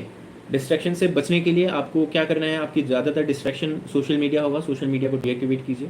फेसबुक, इंस्टाग्राम, ट्विटर आप जो चलाते हैं उसको डीएक्टिवेट कीजिए। यूट्यूब, अगर आप अननेसेसरी टाइम वेस्ट कर रहे हैं तो यूट्यूब को भी डीएक्टिवेट कीजिए। और जब आपको यूट्यूब पे कोई यूजफुल वीडियो देखनी हो तो अपनी मम्मी के फ़ोन पे जा करके देखिए, क्योंकि आप अपने फ़ोन में तो टाइम वेस्ट कर रहे हैं। तो अगर डिस्ट्रैक्शन से डील करना है तो यही तरीका है डिस्ट्रैक्शन से डील करने का। बाकी आपने क्यों ये प्रिपरेशन स्टार्ट की थी, कुछ तो पर्पज़ था, उसके बारे में सोचिए, और ये सोचिए कि आप जितना टाइम वेस्ट कर रहे हैं अपने सपने से उतनी दूर जा रहे हैं। तो जब आप ये ख्याल आपके दिमाग में आएगा तो आप खुद डिस्ट्रैक्शन से बचने लगेंगे। GS 3 सोर्स, GS 3 के लिए GS 3 काफ़ी वाइड है, तो उसमें economy, science and tech, environment और डिज़ास्टर मैनेजमेंट ये सब आ जाता है। तो इकॉनमी के लिए आपने जो प्रीलिम्स के लिए तैयारी की है वही कीजिए। उसके बाद आप इन सब के लिए कोई भी कोचिंग के नोट्स देख सकते हैं। मैं बताऊं तो विजन IAS के नोट्स हैं इकॉनमी पे भी, और सिमिलरली डिज़ास्टर मैनेजमेंट और इन सब पे आप इन सब को देख सकते हैं, पर ये थोड़े वाइड होते हैं। तो अगर आप ये मेंस देख रहे हैं, ठीक है, अगर आप ये मेंस दे रहे हैं तो शायद आपके पास स्कोप कम हो इन सबको करने का, तो आप कोई टॉपर्स के नोट्स देख सकते हैं, जैसे मैंने ऋषिकेश रेड्डी सर के नोट्स बताए, उनको देख सकते हैं आप। और ये है GS 3 के लिए मोस्टली। बाकी आपकी करंट मेंस 365 जैसी मैगजीन्स आने लगेंगी, आप वहाँ से आपका काफ़ी करंट प्रिपेयर हो जाएगा जो GS 3 में काम आएगा। और स्टैटिक आपने जो GS 3 के लिए आपने जो स्टैटिक, इकॉनमी और एनवायरनमेंट जो आपने प्रीलिम्स के लिए पढ़ा है वही सारी चीज़ें रहेंगी मेंस के लिए भी। सर, क्या मुझे मिडेवल, एंशिएंट और वर्ल्ड हिस्ट्री को स्किप कर देना चाहिए क्योंकि इनसे क्वेश्चन नहीं आते? अगर आते हैं तो 1-2 क्वेश्चन आते हैं। आई विल नॉट सजेस्ट कि आप स्किप कर दें टोटली, थोड़ा बहुत कीजिए। वर्ल्ड हिस्ट्री के लिए मैंने बताया SOMP, सॉम्प, इसका एक मटेरियल है जो बहुत कंसाइज है, 12-15 पेज का पूरा मटेरियल है वर्ल्ड हिस्ट्री का, उसको आप 1-2 बार करके जाइए। एंशिएंट और मिडाइवल आप क्यों स्किप करने की बात कर रहे हैं? क्योंकि आपने ऑलरेडी प्रीलिम्स के लिए ये चीज़ें पढ़ी होंगी, और अगर प्रीलिम्स के लिए भी स्किप की थी तो मैं ये सजेस्ट करूँगा कि आप प्रीवियस ईयर क्वेश्चंस हैं जो उनको देखिए और नेचर समझिए कि UPSC कैसे क्वेश्चंस पूछता है, और कुछ एक बेसिक पॉइंट्स तैयार करके रखिए जो आप हर आंसर में यूज़ कर सकें। तो एंशिएंट मिडाइवल को आप थोड़ा, अगर आपके पास टाइम नहीं है, स्कोप नहीं है प्रिपेयर करने का, तो थोड़ा इस ढंग से आप तैयारी कर सकते हैं। बाकी मैं सजेस्ट नहीं करूँगा कि आप स्किप कर दें, ठीक है। सर, आपने कौन सी स्ट्रीम ली थी? Kamya, I was a science student, मैंने साइंस नॉन मेडिकल किया हुआ है 11th-12th में। सर, 11th में कौन सा सब्जेक्ट लेना है उसको लेकर कन्फ्यूज हूँ, अभी 10th क्लियर की है। सो बालवीर या बलवीर जो भी आपका नाम है, कोई सी भी स्ट्रीम लीजिए, फ़र्क नहीं पड़ता है। लेकिन अगर आपने UPSC ही फॉर श्योर आपका गोल है और आपको इंजीनियरिंग नहीं करनी है उससे पहले, तो मैं कहूँगा आप ह्यूमैनिटीज़ ले सकते हैं। बट साइंस भी आपको हेल्प करता है, साइंस से एक एप्टीट्यूड डेवलप होता है, वो भी आपको UPSC में तैयारी करने में मदद करता है। तो कोई भी स्ट्रीम UPSC के हिसाब से सही या गलत नहीं है, लेकिन अगर आप बहुत ज़्यादा डेडिकेटेड UPSC के लिए ही हैं, आपको बीच में और कुछ नहीं चाहिए, आप इंजीनियरिंग करके एक जॉब नहीं सिक्योर करना चाहते, तो मैं कहूँगा आप ह्यूमैनिटीज़ ले सकते हैं। और उन सब्जेक्ट्स को 11th-12th में बहुत अच्छे से कीजिए, क्योंकि ज़्यादातर UPSC ह्यूमैनिटीज़ का ही खेल है। CSET स्ट्रेटजी, तो CSET स्ट्रेटजी थोड़ी वाइड हो जाएगी, बट और मेरी कोई ख़ास स्ट्रेटजी नहीं थी, टू बी वेरी ऑनेस्ट। मैंने CSET की कोई ख़ास तैयारी नहीं की, by the grace of God मेरा 3 बार CSET क्लियर हुआ है। पर उसके अलावा मेरी कोई ख़ास स्ट्रेटजी नहीं थी CSET की। मैंने थोड़ा बहुत क्वांट और लॉजिकल रीजनिंग के सवाल देखे थे जो इजीली हो जाते हैं, जैसे ब्लड रिलेशन जैसे क्वेश्चंस हो गए, या टाइम डिस्टेंस, एवरेज, परसेंटेज, ये सारी चीज़ें मैंने ये देखी थी कि मैं इनसे कोई सवाल आए तो मैं इनको गलत ना करूँ। सिमिलरली जो सिलॉजिज्म होता है उसको मैं करके गया था।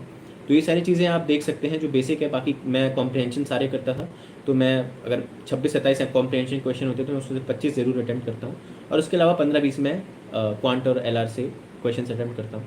तो ये ओवरऑल मेरी सी सेट की स्ट्रेटेजी थी। आप अपने हिसाब से देखिए आपकी स्ट्रेंथ और वीकनेस क्या है, और उस हिसाब से अपनी सी सेट की स्ट्रेटेजी बनाइए। सर कोचिंग के बिना यूट्यूब से यूपीएससी हो सकता है क्या? जी रोहित, बिल्कुल हो सकता है। थोड़ी मुश्किल होगी क्योंकि कोचिंग में आपको सब कुछ ऑन द प्लेटर मिल रहा है, बट अगर आप यूट्यूब और इंटरनेट के सारे कर रहे हैं तो आपको थोड़े हाथ पैर मारने होते हैं। बट आप कर बेशक बिल्कुल कर सकते हैं। आप टेलीग्राम पे जाइए, जो चैनल्स हैं उनको ज्वाइन कीजिए, लोगों से गाइडेंस लीजिए, पर आप अननेसेसरीली टेलीग्राम पे भी आप फालतू की टाइम पास ना करें। तो आप यूट्यूब और इंटरनेट से हेल्प लीजिए, डेफिनेटली हो सकता है बिना कोचिंग के भी। थोड़ी मुश्किल होगी तो थोड़ा हार्ड वर्क करते रहिए। Sir, how much time does it take you for making notes in Evernote? Because sir, it is taking a lot of time for me to make it crisp besides just copy and paste. So please tell me something about it. तो need Evernote पे अगर आप notes बना रहे हैं, for example current affairs पे, तो आपको ये समझना है कि जो भी आप कंटेंट पढ़ रहे हैं कॉपी पेस्ट नहीं करना है, उसका कोई यूज़ नहीं है। आपको ये समझना है कि अगर कोई एक आर्टिकल है किसी चीज़ पे, मान लीजिए 10th शेड्यूल पे एक आर्टिकल है, डिफेक्शन पे एक आर्टिकल है, तो आपको उसमें से क्या क्या चीज़ें उठानी है कि 52nd अमेंडमेंट है, ठीक है, डिफेक्शन इसको बोलते हैं, 10th शेड्यूल ऐड हुआ था उससे, और किस किस चीज़ कहाँ कहाँ पे लागू होता है, क्या केसेस हैं, क्या स्पेशल इसमें है। जो फॉर एग्जांपल अब 2/3 जब अगर 2/3 डिफेक्ट करते हैं तो उसको मर्जर कहा जाता है और उसको डिफेक्शन नहीं अप्लाई होता है। तो ये आपको 5 से 6 चीज़ें आपको नोट करनी है वहाँ से, बस आपको पूरा आर्टिकल नहीं नोट डाउन करना है। तो ये आप करेंगे तो आपका नोट मेकिंग थोड़ी ईजी हो जाएगी। Art and culture, science and tech, internal security के लिए क्या सोर्स बेस्ट है सर? आर्ट एंड कल्चर के लिए आपने जो भी प्रीलिम्स के लिए पढ़ा है वही सोर्स को आप मेंस के लिए भी रेफर कीजिए, कुछ अलग करने की ज़रूरत नहीं है। साइंस एंड टेक के लिए अगेन मैं तो सजेस्ट करूँगा कि आप जो कोचिंग इंस्टीट्यूट्स हैं इनके जो मेंस टेस्ट सीरीज़ है, पिछले साल की जो मेंस टेस्ट सीरीज़ है उसको उठा लीजिए। उसमें जो साइंस एंड टेक के 2-3 टेस्ट होते हैं जो सिर्फ साइंस एंड टेक के हैं, 20 क्वेश्चन साइंस एंड टेक के हैं।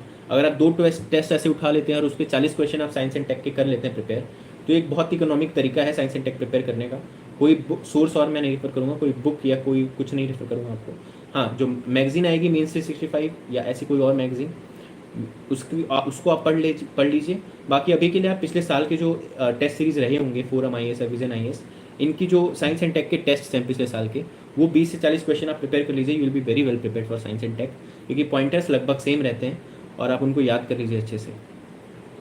आपने इंटरनल सिक्योरिटी भी कहा, इंटरनल सिक्योरिटी के लिए भी मैं सजेस्ट करूँगा कि कोई भी बेसिक नोट्स देखिए जो कोचिंग इंस्टीट्यूट्स प्रोवाइड करते हैं। अगर आपने कोचिंग ली है तो आपके इंटरनल सिक्योरिटी के नोट्स होंगे, अदरवाइज़ आप कहीं से नोट्स अरेंज कीजिए। इंटरनल सिक्योरिटी के जो 5-7 टॉपिक्स होते हैं कि जो डिफरेंट फोर्सेज हैं, डिफरेंट इन्वेस्टिगेटिव एजेंसीज़ हैं, और ऐसी बहुत सारी चीज़ें जो इंटरनल सिक्योरिटी का बेसिक सिलेबस है, उसको आप बेसिक प्रिपेयर करके जाइए। इंटरनल सिक्योरिटी के लिए इतना बहुत रहेगा। Note making strategy for mains, अब आप नोट्स बनाएंगे तो आप उनको रिवाइज कब करेंगे और टेस्ट कब देंगे? तो आप अब नोट्स सिर्फ उसके बनाइए जैसे गवर्नेंस हो गया, ठीक है, एथिक्स हो गई। ऑप्शनल में अगर कहीं पर रह गया है ऑलरेडी, ऑल्दो आपके नोट्स बने होने चाहिए, प्रीलिम्स से पहले आपके ऑप्शनल के नोट्स बने होने चाहिए। बट अगर कहीं पे गैप्स रह रहे हैं तो आप फटाफट उनको पहले अगले 20 से 25 दिनों में नोट मेकिंग को फोकस कीजिए कि एथिक्स हो गया, गवर्नेंस और वर्ल्ड हिस्ट्री, सिमिलरली जो सोसाइटी, ऐसे जो चीज़ें हैं जो फिल्म्स में रह गई हैं उनके फटाक से आप बहुत शॉर्ट एंड क्रिस्प नोट्स बनाइए और उसको बार बार रिवाइज़ कीजिए। बहुत ज़्यादा डिटेल्ड नोट मेकिंग स्ट्रेटजी की अब आपको ज़रूरत नहीं है अभी। पर हाँ, जो लोग 1 साल के लिए तैयारी कर रहे हैं उनको मैं ये कहूँगा कि अगर आप कोचिंग लेते हैं तो अपने कोचिंग के जो नोट्स हैं उनको ही पढ़िए। आपको उसमें से ज़्यादा नोट मेकिंग करने की ज़रूरत नहीं है। अगर आपको लगता है कि बहुत ज़्यादा अननेसेसरी मटेरियल है उसमें से, तो आप बेसिक उसको A4 शीट्स में शॉर्ट में लिख सकते हैं, जो काम की चीज़ें हैं, कीवर्ड्स, फैक्ट्स, डेटा एक्सेट्रा। तो आप ये कर सकते हैं। नोट मेकिंग बहुत ज़्यादा ज़रूरी है GS4 के लिए और ऑप्शनल के लिए, तो उसके लिए आप प्रॉपर नोट मेकिंग बनाइए। GS4 के लिए कैसे करें वो मैंने ऑलरेडी आपको शेयर करा अपनी स्टार्टिंग वीडियो में, तो आप इस वीडियो को दोबारा देख सकते हैं। बाकी ऑप्शनल की हर एक ऑप्शनल की अलग स्ट्रैटेजी होगी। हेलो सर, मैं B फार्मा कर रही हूँ, 3rd साल है, UPSC की तैयारी कर सकते हैं? बिल्कुल कर सकते हैं आप अब है। और आपको ये देखना पड़ेगा कि ऑप्शनल वगैरह कैसे चूज़ करेंगे। आपका जो सब्जेक्ट है शायद वो भी होगा। मुझे एक याद है कोई B फार्मा का, मतलब B फार्मा के हैं 1-2 कैंडिडेट्स जो मैं जानता हूँ जिन्होंने मेंस दिया था। तो बिल्कुल कर सकते हैं आप, अभी से तैयारी शुरू कीजिए। जो मैंने बताया न्यूज़पेपर और यूट्यूब पे वीडियोज़ वगैरह देखिए। Sir, 3 things that you think are very crucial to crack exam in first attempt. Okay, 3 things. First and foremost is consistency. आपको रोज़ पढ़ना है 1 साल तक। कुछ दिन आप बीमार रहेंगे, कुछ फैमिली इश्यूज़ होंगे, वो डेफिनेटली मिस होंगे, पर उसके अलावा जिस दिन आप पढ़ सकते हैं उसको डेफिनेटली उस दिन आपको पढ़ना है, first thing. Second thing is time table. एक प्रॉपर आपके टारगेट्स होने चाहिए, मंथली, वीकली और डेली के टारगेट्स आप क्या हैं उनको करिए। So consistency, target. And third is practice. So test भी देते रहिए। आप जब 5-6 महीने की तैयारी कर लें तो थोड़े बहुत प्रीलिम्स के टेस्ट देने लगे, थोड़े बहुत आंसर राइटिंग करने लगे, 2-2 आंसर रोज़ लिखने लगे।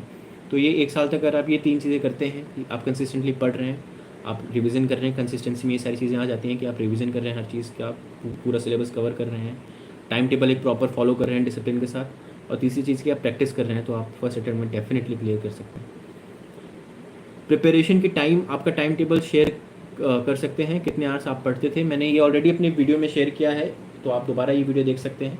मैंने अपना टाइम टेबल शेयर किया था, पर एक बार फिर मैं आपको रफली बता दूं, मैं अपने डे को 2 पार्ट्स में डिवाइड करता था। स्टार्टिंग के सुबह 7 बजे से 2 बजे तक, और शाम को 5 बजे से 11 बजे तक। फर्स्ट हाफ में मैं 1 से 1.5 घंटे न्यूज़पेपर, फिर 1 घंटे करंट अफेयर्स, और फिर 3 घंटे के करीब मैं कोई एक जीएस का सब्जेक्ट पढ़ता था। शाम को मैं ऑप्शनल पढ़ता था, और फिर यूट्यूब पे राज्यसभा टेलीविज़न वगैरह की वीडियोस देखता था। तो 3 से 4 घंटे ये, तो मैं दिन को 2 पार्ट्स में डिवाइड करता था, और दोनों पार्ट्स में मैं 5-5 घंटे का आउटपुट निकालने की कोशिश करता था। आप जब 5-5 घंटे पढ़ते हैं तो आप उसमें से इफेक्टिव आपका जो आउटपुट होता है वो 8 घंटे का ही होता है। तो ये है सर, स्टार्ट कहाँ से करें यूपीएससी। ये तो आपने बहुत बेसिक सवाल पूछ लिया, और इसका स्कोप बहुत ज़्यादा वाइड है, मुझे नहीं मालूम मैं कैसे इसको आंसर करूँ। लेकिन हाँ, आप अगर स्टार्ट करना सोच रहे हैं, करने की सोच रहे हैं, तो यूट्यूब पे जाइए, टॉपर्स की वीडियोस देखिए, यूपीएससी क्या है, कैसे है, चीज़ें समझने की कोशिश कीजिए, डिमांड क्या है उसको समझने की कोशिश कीजिए, न्यूज़पेपर पढ़ने की हैबिट डालिए, करंट अफेयर्स पढ़ना शुरू कीजिए। उसके बाद एक बार जब आप डेडिकेटेड तैयारी शुरू करते हैं तो सिलेबस उठाइए यूपीएससी का, और उस सिलेबस को प्रिपेयर करने लगिए जहाँ से भी आप करना चाहते हैं। 6 आवर्स निकाल पाता हूँ 24 आवर्स में। तो मानव, अगर आप वर्किंग हैं और ऐसे कोई रीज़न है कि आप 6 आवर्स निकाल पाते हैं बाकी चीज़ों से, तो मैं आपकी समस्या बिल्कुल समझ रहा हूँ, और मैं मानता हूँ 6 आवर्स भी अगर आप डेडिकेशन के साथ कर रहे हैं तो बहुत अच्छा है। बहुत सारे लोग 3-3, 4-4 घंटे पढ़ते हैं, वर्किंग लोग जो होते हैं, और वो फिर भी क्रैक कर सकते हैं, तो बिल्कुल पॉसिबल है। 6 आवर्स आप डेडिकेशन के साथ कीजिए, अपने रिसोर्सेज को मिनिमल रखिए, और मैं आपको सजेस्ट करूँगा कि जो वर्किंग एस्पिरेंट्स हैं उनकी आप स्ट्रेटजी देखिए। जो वर्किंग एस्पिरेंट्स ने क्रैक किया है यूपीएससी, उनकी स्ट्रेटजी आपको ज़्यादा हेल्प करेगी।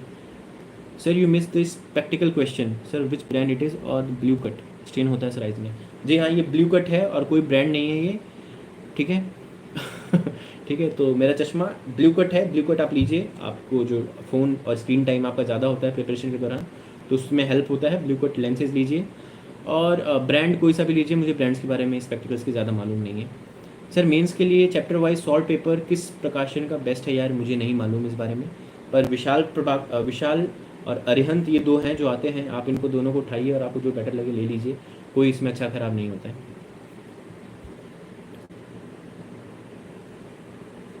गैप आने पर कैसे वापस करें सर? अगर आपकी प्रिपरेशन में गैप आ रहा है तो आपको दोबारा से डिसिप्लिन लाने की ज़रूरत है, और इस बार कोशिश करें कि गैप दोबारा ना आए। बट अगर गैप आ चुका है, आई डोंट नो आप किस गैप की बात कर रहे हैं, कुछ दिन या कुछ महीने या कुछ साल की बात कर रहे हैं, बट अगर गैप आ गया है तो दोबारा से उठाइए। आपका जो आपको पसंद है, जो सब्जेक्ट आप आसानी से कर लेते हैं, उसको उठाइए, क्योंकि गैप जब आता है तो उसके बाद तैयारी शुरू करने में दोबारा थोड़ी सी इनर्शिया होती है। तो जो आपका पसंदीदा सब्जेक्ट है उसको उठाइए और उसको डिसिप्लिन के साथ कीजिए। 3-4 दिन आप जब उसको करेंगे तो थोड़ी और पढ़ने की हिम्मत आ जाएगी। करंट अफेयर्स पढ़ते रहिए, और गैप आ जाए तो यूट्यूब वीडियोस देखिए, इसी सब्जेक्ट के लेक्चर्स देखिए, और वो लेक्चर्स देखेंगे आप तो थोड़ा बहुत आप, क्योंकि थोड़ा वो एक्टिव फॉर्म ऑफ लर्निंग होता है, तो जब आपको कोई पढ़ा रहा है तो ज़्यादा ईजी होता है कॉन्सेंट्रेट करना, तो वो कीजिए। गैप आने पर आप इसको ऐसे बैक ऑन ट्रैक कर सकते हैं। Sir how to enhance answer writing quality? Okay, Anshika, so how to enhance quality? You have to enhance quality by making the use of diagrams and maps. Okay, so geography question में या international relations, internal security questions में आपको कोशिश करना है कि आप एक मैप ड्रॉ करें। आपको हर आंसर को सब्सटेंशिएट करना है। सब्सटेंशिएट करना है आपको फैक्ट्स, फिगर्स, रिपोर्ट्स से। आप विमेन इश्यूज़ पे कोई क्वेश्चन है, फॉर एग्जांपल से विमेन लिटरेसी पे कोई क्वेश्चन है, या विमेन लेबर फोर्स पार्टिसिपेशन पे कोई क्वेश्चन है, तो आपको उसमें लेबर फोर्स पार्टिसिपेशन रेट क्या है, कोई लेबर जो लेबर ब्यूरो है उसकी रिपोर्ट हो, ठीक है, इंटरनेशनल लेबर ऑर्गेनाइजेशन की कोई रिपोर्ट हो, उसको अपने आंसर में कोट करना है। आपको कोई न्यूज़पेपर में आप कोई केस स्टडीज़ अगर देखते हैं किसी कंट्री की, जहाँ पे जैसे फॉर एग्जांपल बांग्लादेश है, बांग्लादेश ने जैसे अपने वेमेन लेबर फोर्स को यूटिलाइज़ किया है, आप उसको मेंशन करें। तो ये सारी चीज़ें आपके आंसर को जनरल से थोड़ा हट के बनाती हैं, और इससे आप जो आपने पूछा कि इन्हांस कैसे करें, तो make use of facts, diagrams, figures and definitely case studies, examples, इन चीज़ों की करें। बेसिक डेफिनेशन और इंट्रोडक्शन, बॉडी और कंक्लूजन का जो पैटर्न है उसको अच्छे से समझिए। सर न्यूज़पेपर स्टार्ट ज़्यादा टाइम लगता है सर, क्या इसकी जगह पर कोचिंग के मैगज़ीन पढ़ सकते हैं? दीपशिखा, नहीं, मैं आपको फिर सजेस्ट करूँगा न्यूज़पेपर को आप छोड़िए मत। न्यूज़पेपर, क्योंकि न्यूज़पेपर यूपीएससी के एक वैल्यूएबल, एक डिज़र्विंग कैंडिडेट बनाने में आपको हेल्प करता है। तो आपको न्यूज़पेपर पढ़ना है, आपको उससे चीज़ें समझनी है। टाइम वेस्ट ना करिए न्यूज़पेपर पढ़ने में, अननेसेसरी न्यूज़ ना पढ़ें। बेशक सिर्फ जो पॉलिटिकल न्यूज़ है, अभी महाराष्ट्र में क्या हो रहा है, वो आपको यूपीएससी रिलेटेड नहीं है, ठीक है। उसमें रोज़ नई डेवलपमेंट्स आ रही हैं, कौन वहाँ गया, कौन वहाँ गया, ये सारी चीज़ें आपको यूपीएससी के लिए इंपॉर्टेंट नहीं है। हाँ, अगर आप वहाँ पे डिफेक्शन पे कोई न्यूज़ आती है या कोलिशन गवर्नमेंट पे कोई आर्टिकल आता है, तो ये चीज़ें आपको यूपीएससी के लिए हैं इस न्यूज़ में से। तो आपको ये समझना बहुत ज़रूरी है कि इंपॉर्टेंट क्या है, और इंपॉर्टेंट आएगा यूपीएससी के प्रीवियस ईयर क्वेश्चंस देख करके, यूपीएससी के सिलेबस देख करके आपको समझ आएगा कि इंपॉर्टेंट क्या है। तो न्यूज़पेपर ज़रूर पढ़िए, मैं सबको ये सजेस्ट करूँगा, बट कम टाइम दीजिए उसको। What is basic difference between the knowledge that we get from studying standard books versus study material provided by coaching? Basic difference कोई नहीं है। Coaching material is more concise. Coaching material उन जो आप basic book पढ़ते हैं, उस basic book के भी जो कंटेंट है उसको पर्टिकुलर मतलब फर्दर रिफाइन करके और वो मटेरियल कंबाइन करते हैं। तो मुझे लगता है अगर किसी एक रेप्यूटेड कोचिंग इंस्टीट्यूट के आप नोट्स उठाते हैं तो वो भी बहुत अच्छा है। बाकी आप बेसिक बुक भी कर सकते हैं, कोई डिफरेंस नहीं है। सर मैं आर्मी में हूँ, टाइम 5 से 6 आवर्स दे पाता हूँ, क्या कर सकता हूँ? इस बार प्री दिया था, हुआ नहीं sir. Manav ji, first of all salute to you, you are in the army already.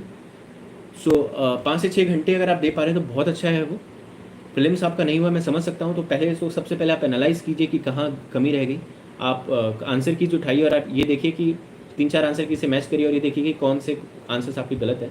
और सबसे पहले ये समझने की कोशिश कीजिए कि क्या वो क्वेश्चंस बेसिक मटेरियल से सॉल्व हो सकते थे या वो एलिमिनेशन के थे। अगर ये 2 चीज़ें हैं और वो नहीं हुए, तो अगर पहली बात कि अगर वो बेसिक मटेरियल से थे और फिर भी वो गलत हो गए, तो समहाउ आपके रिवीजन में कमी है। तो आपको वो सब्जेक्ट, वो टॉपिक अच्छे से रिवाइज़ करना है, और उसके साथ साथ बाकी सारी चीज़ें भी बहुत अच्छे से रिवाइज़ करनी है।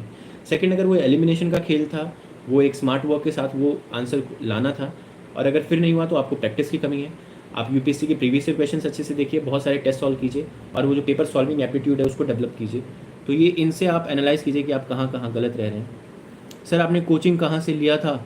आई would not want to mention that Jaya. आप कोई भी कोचिंग लीजिए, सारी कोचिंग मुझे लगता है ठीक ठाक है। सारा काम, सारा खेल उसका होता है, आपकी हार्डवर्क होता है। और फिर मैंने जीएस के लिए कोई कोचिंग नहीं ली थी, मैंने सिर्फ ऑप्शन के लिए ली थी। सर मैं अभी थोड़ी थोड़ी आंसर राइटिंग प्रैक्टिस कर रहा हूँ, एंड सर मैं सेल्फ स्टडी के थ्रू प्रिपरेशन कर रहा हूँ। तो मुझे प्रॉब्लम आ रही है कि सर मैं अपने आंसर किससे चेक करवाऊँ। तो विजय, मैं आपको सजेस्ट करूँगा कि टेलीग्राम ऐप डाउनलोड कीजिए, उसमें यूपीएससी पे जाइए आप, यूपीएससी के ग्रुप्स हैं वहाँ पे लोगों के, आप अपने एस्पिरेंट्स ढूंढ सकते हैं। अदरवाइज़ आप क्या कर सकते हैं कि जो ऑनलाइन प्लेटफॉर्म्स हैं, आईएएस बाबा का टीएलपी प्रोग्राम है, वैसे ही इनसाइट्स का प्रोग्राम होता है, तो उनकी वेबसाइट पे जाइए और उनकी आंसर राइटिंग के जो प्रोग्राम्स हैं उनको यूटिलाइज़ कीजिए।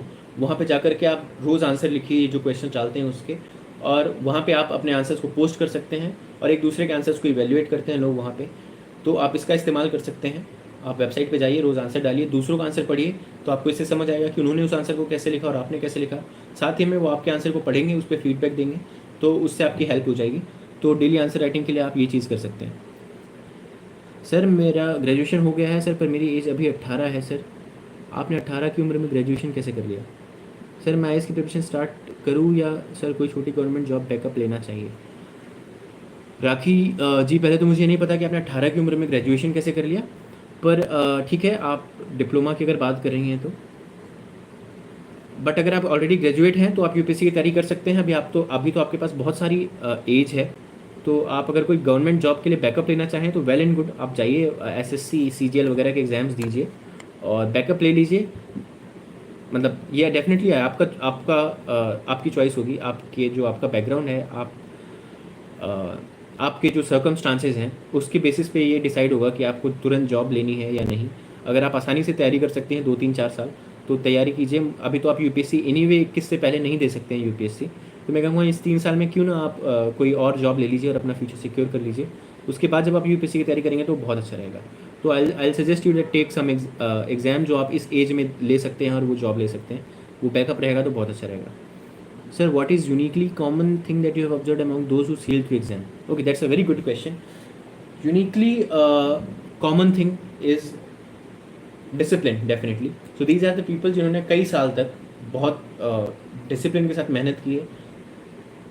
Second thing is smartness in the sense कि उन्हें वो बहुत जल्दी किसी से अफेक्ट नहीं होते कि आप कोई एक रिसोर्स, आप कोई सोर्स रेफर करते हैं, कोई एक बुक पढ़ रहे हैं, आपने उसको अच्छे से तैयार किया और कोई आके बोलता है कि यार इस बुक से सवाल नहीं आते, इससे आते हैं, और आप वो करने लग जाएं, तो इट शोज़ कि आप थोड़े फीबल माइंड के हैं। तो वो स्मार्ट लोग हैं, उन्हें पता है कि मैंने इसमें से किया है, इसी में से आएगा, मैं इसमें से कर लूँगा, और बहुत इकोनॉमिक प्रिपरेशन करते हैं। तो मैंने किसी को नहीं देखा कोई भी किताब एंड टू एंड पढ़ते हुए। ये लोग ऐसे हैं जो बहुत स्मार्ट हैं, कहीं से कोचिंग के नोट्स उठा लिए, वो पढ़ लिए, बहुत शॉर्ट में कोई सब्जेक्ट कर लिया, जिस सब्जेक्ट का आउटपुट कम है उसको वैसे प्रिपेयर कर लिया।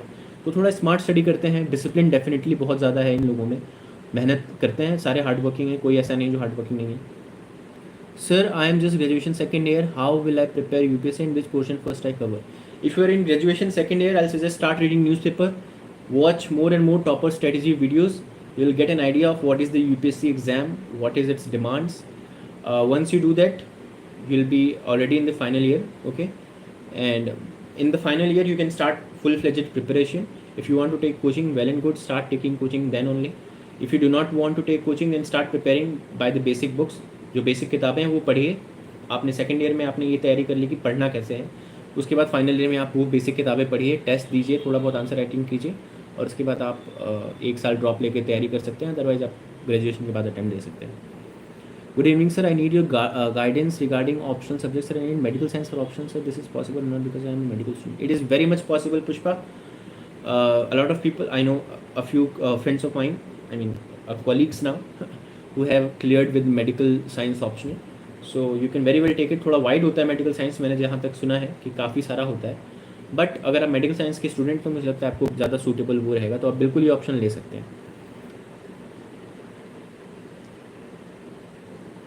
विच पोर्शन टू कवर फर्स्ट, मुझसे अगर आप पूछें तो मैं कहूँगा कुछ एक बेसिक सब्जेक्ट्स हैं जैसे economy, polity, modern history, environment, ये 4 चीज़ें आप पहले करें। सबसे पहले आप ये इन 4 सब्जेक्ट्स को प्रिपेयर करें। अब इन चारों में आप अपने इंटरेस्ट के हिसाब से देख लीजिए कि आप पहले क्या पढ़ना चाहते हैं। हेलो सर, मेरा इंग्लिश वीक है तो मैं सर मैं क्या करूँ? अभय जी, कोई दिक्कत नहीं है, आपकी इंग्लिश वीक है तो आप हिंदी मीडियम में ऑप्ट कर सकते हैं पेपर लिखने के लिए, आप हिंदी मीडियम में इंटरव्यू दे सकते हैं, आप हिंदी मीडियम में तैयारी कर सकते हैं। लोग मराठी मीडियम में भी तैयारी करते हैं और प्रिपेयर करते हैं, same goes for other subjects. मैंने ऐसे भी लोग देखे हैं जो तेलुगु से जिन्होंने मेंस का पेपर दिया है, तो उसकी टेंशन मत लीजिए। लेकिन अगर आप इंग्लिश पे वर्क करना ही चाहते हैं तो आप न्यूज़पेपर पढ़िए, ठीक है? आप यूट्यूब पे जो न्यूज़ डिबेट्स हैं आप उनको देखिए। सेल्फ स्टडी कोचिंग मुझे best, both are good, equally good. Self studies मतलब उसका कोई रिप्लेसमेंट नहीं है, self studies definitely most important. I have cleared prelims. Is it right way to make notes on every topic on syllabus? That's what I'm doing. Vijay, yes, it's the right way if you're making notes on every topic of the syllabus, but you have to understand कि आपने already prelims के लिए पढ़ा है, तो आप उसको duplicate मत कीजिए अपने efforts को। जो आपका subject already prepared है, आपने prelims के लिए जो चीज़ें पढ़ी हैं उसके लिए दोबारा नोट मेकिंग की ज़रूरत नहीं है, आप उस बेसिक चीज़ को रिवाइज करके भी मेंस दे सकते हैं। सबसे प्रॉब्लम आंसर चेक करवाने, कोई क्वालिटी वाला आंसर चेक करने वाला नहीं मिलता है। धर्मवीर, आप इंटरनेट पे मैंने आपको अभी जैसे सजेस्ट किया किसी और को, आप इनसाइट्स और IS बाबा जैसे जो प्रोग्राम्स हैं, फ्री आंसर राइटिंग जो प्रोग्राम है, डेली 1-2 क्वेश्चन के आंसर लिखिए, आप पीयर रिव्यू कराइए, उससे अच्छा कोई रिव्यू नहीं होता है, आपको रोज़ थोड़ा फीडबैक मिलेगा। Sir, can average student crack this exam in first attempt? I am a very average student Saurabh and I have cracked it in my second attempt. Even in my first attempt I reached till the interview, so yes you can, and you should not be average during the preparation, okay? Average मैं मानता हूँ आप अभी तक रहे होंगे, आप अपने ग्रेड्स अपने मार्क्स के हिसाब से बोल रहे हैं कि आप एवरेज हैं। आपको प्रिपरेशन में एक्स्ट्रा ऑर्डिनरी होना पड़ेगा, एक्स्ट्रा ऑर्डिनरी हार्ड वर्क करना पड़ेगा, डिसिप्लिन दिखानी पड़ेगी। तो आप इस दौरान अगर एक्स्ट्रा ऑर्डिनरी हो सकते हैं तो आप बिल्कुल क्लियर कर सकते हैं। सर, साथ में रिवीजन करें या सिलेबस कंप्लीट करने के बाद रिवीजन करूँ? आप एक चीज़ कर सकते हैं कि आप वीक डेज रखिए पढ़ने के लिए और लास्ट के 2 डेज रखिए रिवीजन के लिए। तो पहले 5 दिन आप सब्जेक्ट को पढ़िए, अगले 2 दिन आप रिवाइज़ कीजिए, जो आप सब्जेक्ट पढ़ रहे हैं उसी को, या जो पहले सब्जेक्ट पढ़ा हुआ है उसको रिवाइज़ कीजिए। तो ये आप कर सकते हैं, वीकेंड्स पे आप रिवाइज़ करिए, रिवीजन डेफिनेटली ज़रूरी है। बिना रिवीजन कोई काम नहीं चलेगा। तो एक सब्जेक्ट पढ़ने के बाद आप दूसरा सब्जेक्ट स्टार्ट कर रहे हैं तो पहले सब्जेक्ट को भी वीकेंड पे रिवाइज करते रहिए, उसके प्रीलिम्स और मेंस के टेस्ट देते रहिए। प्रीवियस ईयर क्वेश्चन पेपर कितने का देखे सर? 10 से 15 साल का ज़रूर देखिए।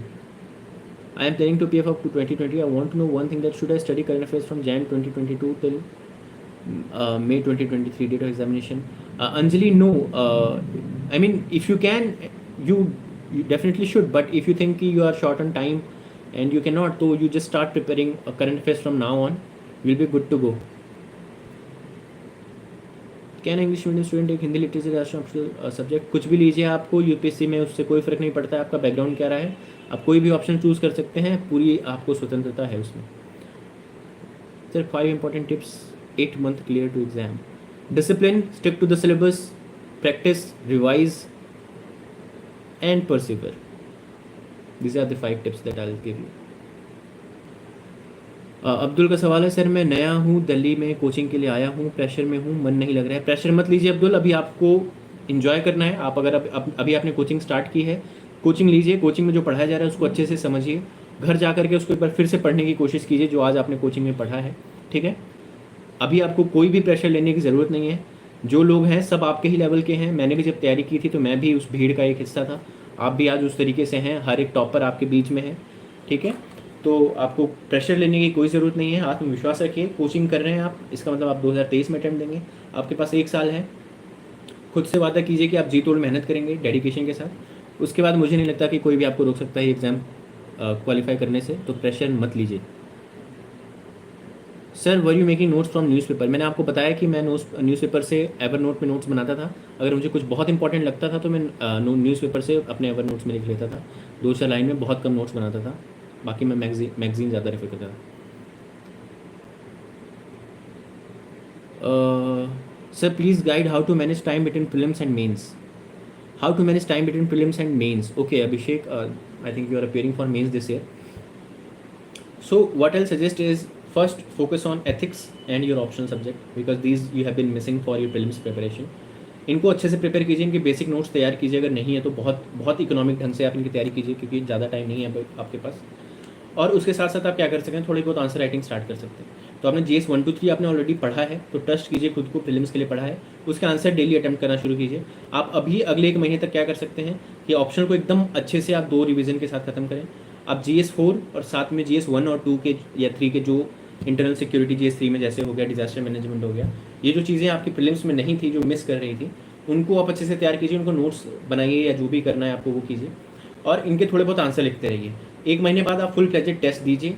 जब मेंस 365 जैसी मैगजीन्स आ जाएंगे तो उनको आप अपने स्टैटिक पोर्शन के साथ मिला करके GS 1 2 3 की भी अच्छी तैयारी कीजिए। और GS 4 और ऑप्शन तो आपको ऑलरेडी हो चुका है। तो मैं यही सजेस्ट करूँगा कि रोज़ अभी 1-2 आंसर लिखिए, 3-4 घंटे आप अपने GS 4 को दीजिए या जो भी सब्जेक्ट आप चूज़ करते हैं। शाम के 3-4 घंटे आप अपने ऑप्शनल को दीजिए और फिर 1-2 घंटे फिर से आप टॉपर्स के answer copies, previous year questions ये देखने में निकाल सकते हैं। प्रीवियस ईयर क्वेश्चंस भी बहुत ज़रूरी होते हैं, उनको देखते रहिएगा। How to deal with critics of surroundings during preparation? Sir ध्यान मत दीजिए नीलम जी, क्रिटिक्स कुछ भी कहेंगे, क्रिटिक्स बहुत कुछ कहेंगे और उन पर आपको ध्यान नहीं देना है। ऐसे लोगों से दूरी बना के रखिए, उनसे बात मत करिए। उनको बोल दीजिए कि भाई मुझसे मत बात किया करो तुम प्रिपरेशन के बारे में, और जितना हो सके उनसे दूर रहिए, अपनी तैयारी पे फोकस कीजिए और इसको एक एज अ मोटिवेशन लीजिए कि इन क्रिटिक्स को चुप कराना है आपको। सर IAS के लिए कितनी रैंक आनी चाहिए? ये हर साल दिव्यांशी डिफर करता है depending on vacancies and candidates, but still for general it is around 75 to 80 और फिर कैटेगरी वाइज डिपेंड करता है। Sir I am going through GK today for the current affairs, please tell me that it should be study in detail in depth of the news. Anjali मैंने कभी GK today नहीं पढ़ा है तो मुझे नहीं मालूम। मैं इनसाइट्स और दृष्टि पढ़ता था, मतलब जो करंट में है उसको गूगल करके दृष्टि पे पढ़ लेता था या इनसाइट्स के डेली करंट अफेयर्स पढ़ लेता था। तो मैं इसके बारे में बता सकता हूँ, GK टुडे का मुझे कोई आइडिया नहीं है, सॉरी। CSET की स्ट्रेटजी बता दीजिए, 2 बार CSET की वजह से रह गया। मेघा CSET की स्ट्रेटजी मतलब बहुत वाइड चीज़ हो जाएगी, तो मैं बोलूँगा कि किसी और टॉपर की जिसने CSET में टॉप मतलब बहुत अच्छे नंबर लाया हो उसकी स्ट्रेटजी देखिए।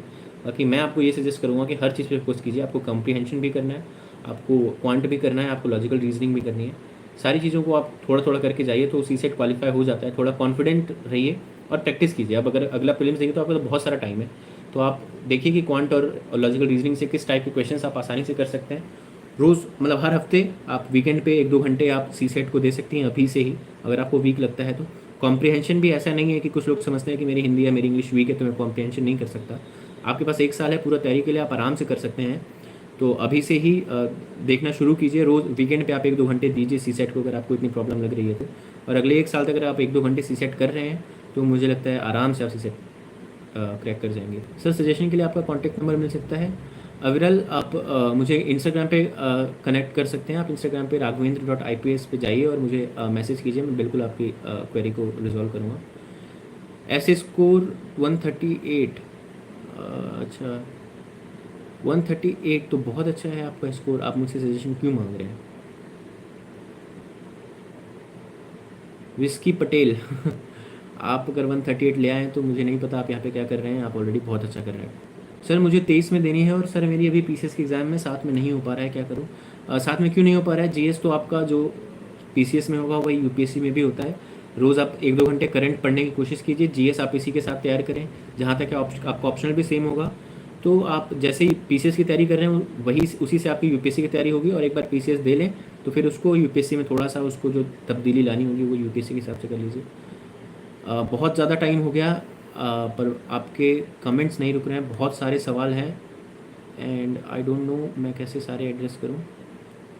तो अगर कोई मिस हो जाता है तो प्लीज़ आप मुझे इंस्टाग्राम पे भेज दीजिए। I am really sorry if I missed your questions. Anshuman, hello sir, this is my second attempt expecting to clear prelims but not clear again, failed in CSET, please guide about CSET practice and what number of questions you attempt in CSET। Okay Anshuman, I am sorry to hear that. C set में अगर आप बार बार fail हो रहे हो तो मैं फिर यही कहूँगा कि आप अगले 1 साल तक रोज़ 1-2 घंटे सी सेट को दीजिए और हर एक पार्ट करने की कोशिश कीजिए, क्वांट, टेलर और कॉम्प्रिहेंशन। और हाउ मेनी क्वेश्चन अटैम्प्ट, मुझे लगता है 80 में से आपको 50 से 55 के बीच का रेंज जो होता है वो सेफ होता है, इससे ज़्यादा मत जाइए। आप 45 से 55 के बीच का जो रेंज है उसमें आप जहाँ पे भी कंफर्टेबल हो उतने क्वेश्चन अटैम्प्ट कर सकते हैं सी सेट में। Is it possible to clear next year if I am starting from July? Neelima, it's very very much possible, so no doubt about that. आप अभी से अच्छे से डेडिकेशन के साथ प्रिपेयर कीजिए, आराम से हो जाएगा अगले साल। सर प्रीलिम्स से अनप्रेडिक्टेबल, जितना पढ़ें फिर भी लगता है कि ये क्वेश्चन कहीं फिर नहीं देखा है। That is true Sagnik, that is true, UPSC is unpredictable. I mean prelims खास करके जो क्वेश्चन होते हैं वो किसी बेसिक सोर्स से नहीं होते हैं। मैंने 3 बार क्लियर किया है बट मुझे भी वो क्वेश्चन देख के लगता है कि ये तो कहीं नहीं देखा था। बट क्या करें, आपकी जो बेसिक बुक्स हैं उसको बहुत अच्छे से तैयार करके जाएँ, बहुत बहुत अच्छे से तैयार करके जाएँ और कोशिश कीजिए कि जो प्रीवियस ईयर क्वेश्चंस उनको बहुत अच्छे से करें यूपीएससी के। उससे आपको जो ये क्वेश्चंस हैं जिनको कभी नहीं देखा उनमें एलिमिनेशन इस्तेमाल करने की आपको एक आइडिया मिल जाएगा। तो ये चीज़ें कर सकते हैं, बाकी प्रैक्टिस कीजिए बहुत सारे टेस्ट की और प्रीवियस ईयर क्वेश्चंस की। Thank you so much for guidance, my finally doubt is clear. Thank you Pushpa, I am glad I could clear your doubt. दृष्टि की वेबसाइट से करंट नोट करें या नहीं? दृष्टि की वेबसाइट बहुत अच्छी है करंट के लिए, आप बिल्कुल उसको रेफर कर सकते हैं। उसमें से नोट्स बनाने की ज़रूरत नहीं है, अगर आप कॉपी पेस्ट थोड़ा बहुत इंपॉर्टेंट चीज़ें नोट बना के अपने एवर नोट वगैरह में बना सके तो ज़्यादा बेटर रहेगा। सर भैया कितने साल की तैयारी में यूपीएससी निकल जाएगा? 1 साल की तैयारी काफ़ी होती है यूपीएससी निकालने के लिए, तो 1 साल डेडिकेशन के साथ तैयारी कीजिए। सर बजट और सर्वे कौन से ईयर का पढ़ना है? जिस साल आप प्रीलिम्स दे रहे हैं उससे 1 साल पहले का पढ़ना है, मतलब आपके प्रीलिम्स जून में होता है उससे पहले जो फरवरी में आया है बजट और इकोनॉमिक सर्वे उसको पढ़ के जाइए। भैया मेरा आंसर दीजिए। राना जी आपका क्या सवाल है? भैया कितना साल की तैयारी? अच्छा आपने यही सवाल पूछा था तो मैंने इसको आंसर कर दिया। 1 साल की तैयारी बहुत होती है यूपीएससी क्रैक करने के लिए। सर एक प्रश्न, आप बैंक में 10 लाख का एफडी है तो क्या वो ईडब्ल्यू सर्टिफिकेट बना सकता है? शिवम हाँ बना सकते हैं, मुझे नहीं लगता कि एफडी काउंट होती है, तो आप बिल्कुल बना सकते हैं।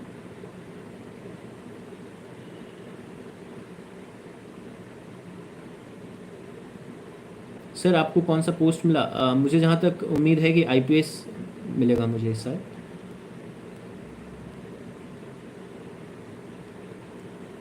सर मॉक टेस्ट कहाँ से दे जो हेल्प करे रियल में? कोई भी मॉक टेस्ट दीजिए आप, जो रेप्यूटेड इंस्टीट्यूट्स हैं 3-4 उनमें से कोई से भी उठा के दीजिए, सारी हेल्प करेंगी। How to do preparation from class 9? I can not answer this, I don't think you should be preparing from class 9। अपना स्कूल अच्छे से कीजिए, कॉलेज कीजिए और इन्जॉय कीजिए।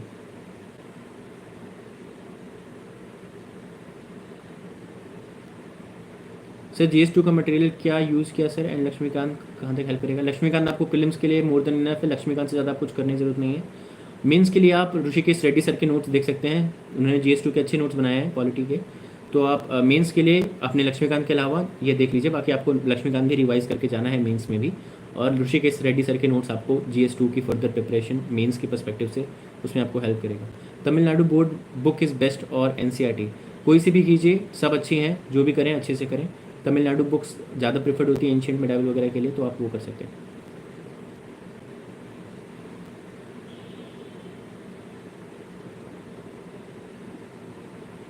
शुभम अग्रवाल जी का बहुत पेचीदा सवाल है जिसको मैं नहीं लेना चाहूँगा। What about current affairs, can we prepare it from Vision IAS Insights और any other institute, give me your honest reply.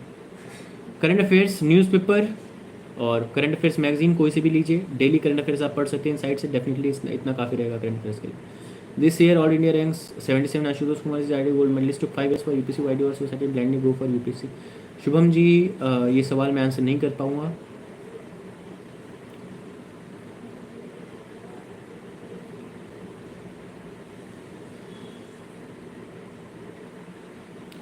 Coaching के साथ रिवीजन कैसे करें एंड रिवीजन स्ट्रेटजी क्या हो कि क्योंकि टाइम ही नहीं मिलता, रिवीजन का सारा टाइम क्लास में चला जाता है। सो ईशा आई विल सजेस्ट कि कोचिंग आपकी वीकेंड पे ऑफ रहती होगी जहाँ तक है, तो वीकेंड को रिवीजन के लिए दीजिए। और साथ में आपको जो क्लास में पढ़ाया जा रहा है रोज़ उसको वापस आकर के एक बार देखिए, या आप जब कोचिंग जा रहे हैं रास्ते में, आप बस गाड़ी से जा रहे हैं तो आप रास्ते में थोड़ा सा एक बार जो कल पढ़ाया था उसको एक बार गो थ्रू कर लीजिए। आप लाइन में वेट कर रहे हैं या टीचर का वेट कर रहे हैं तो आप थोड़ी देर उस नोट्स को कर लीजिए। तो रिवीजन साथ के साथ करते जाइए, आपको जो पढ़ाया जा रहा है उसको साथ साथ रिवाइज करते जाइए। जो आपको असाइनमेंट दिए जा रहे हैं उनको असाइनमेंट को सॉल्व करेंगे तो फिर से वो हो जाएगा। तो इस तरीके से रिवाइज किया जा सकता है। बाकी वीकेंड्स पे आप रिवीजन के लिए दे सकते हैं वीकेंड्स को।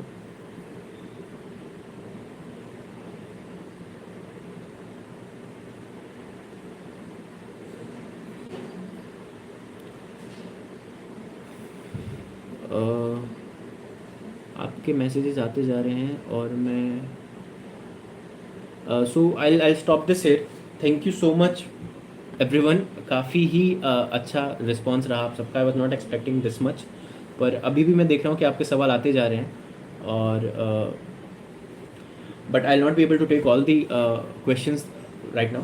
सो आई रिक्वेस्ट यू कि आप मुझे इंस्टाग्राम पे मैसेज कीजिए, raghvendra.ips, RAGHVENDRA, Raghvendra, and you can go there, you can message me and I'll definitely try to reply to your messages and solve your doubts.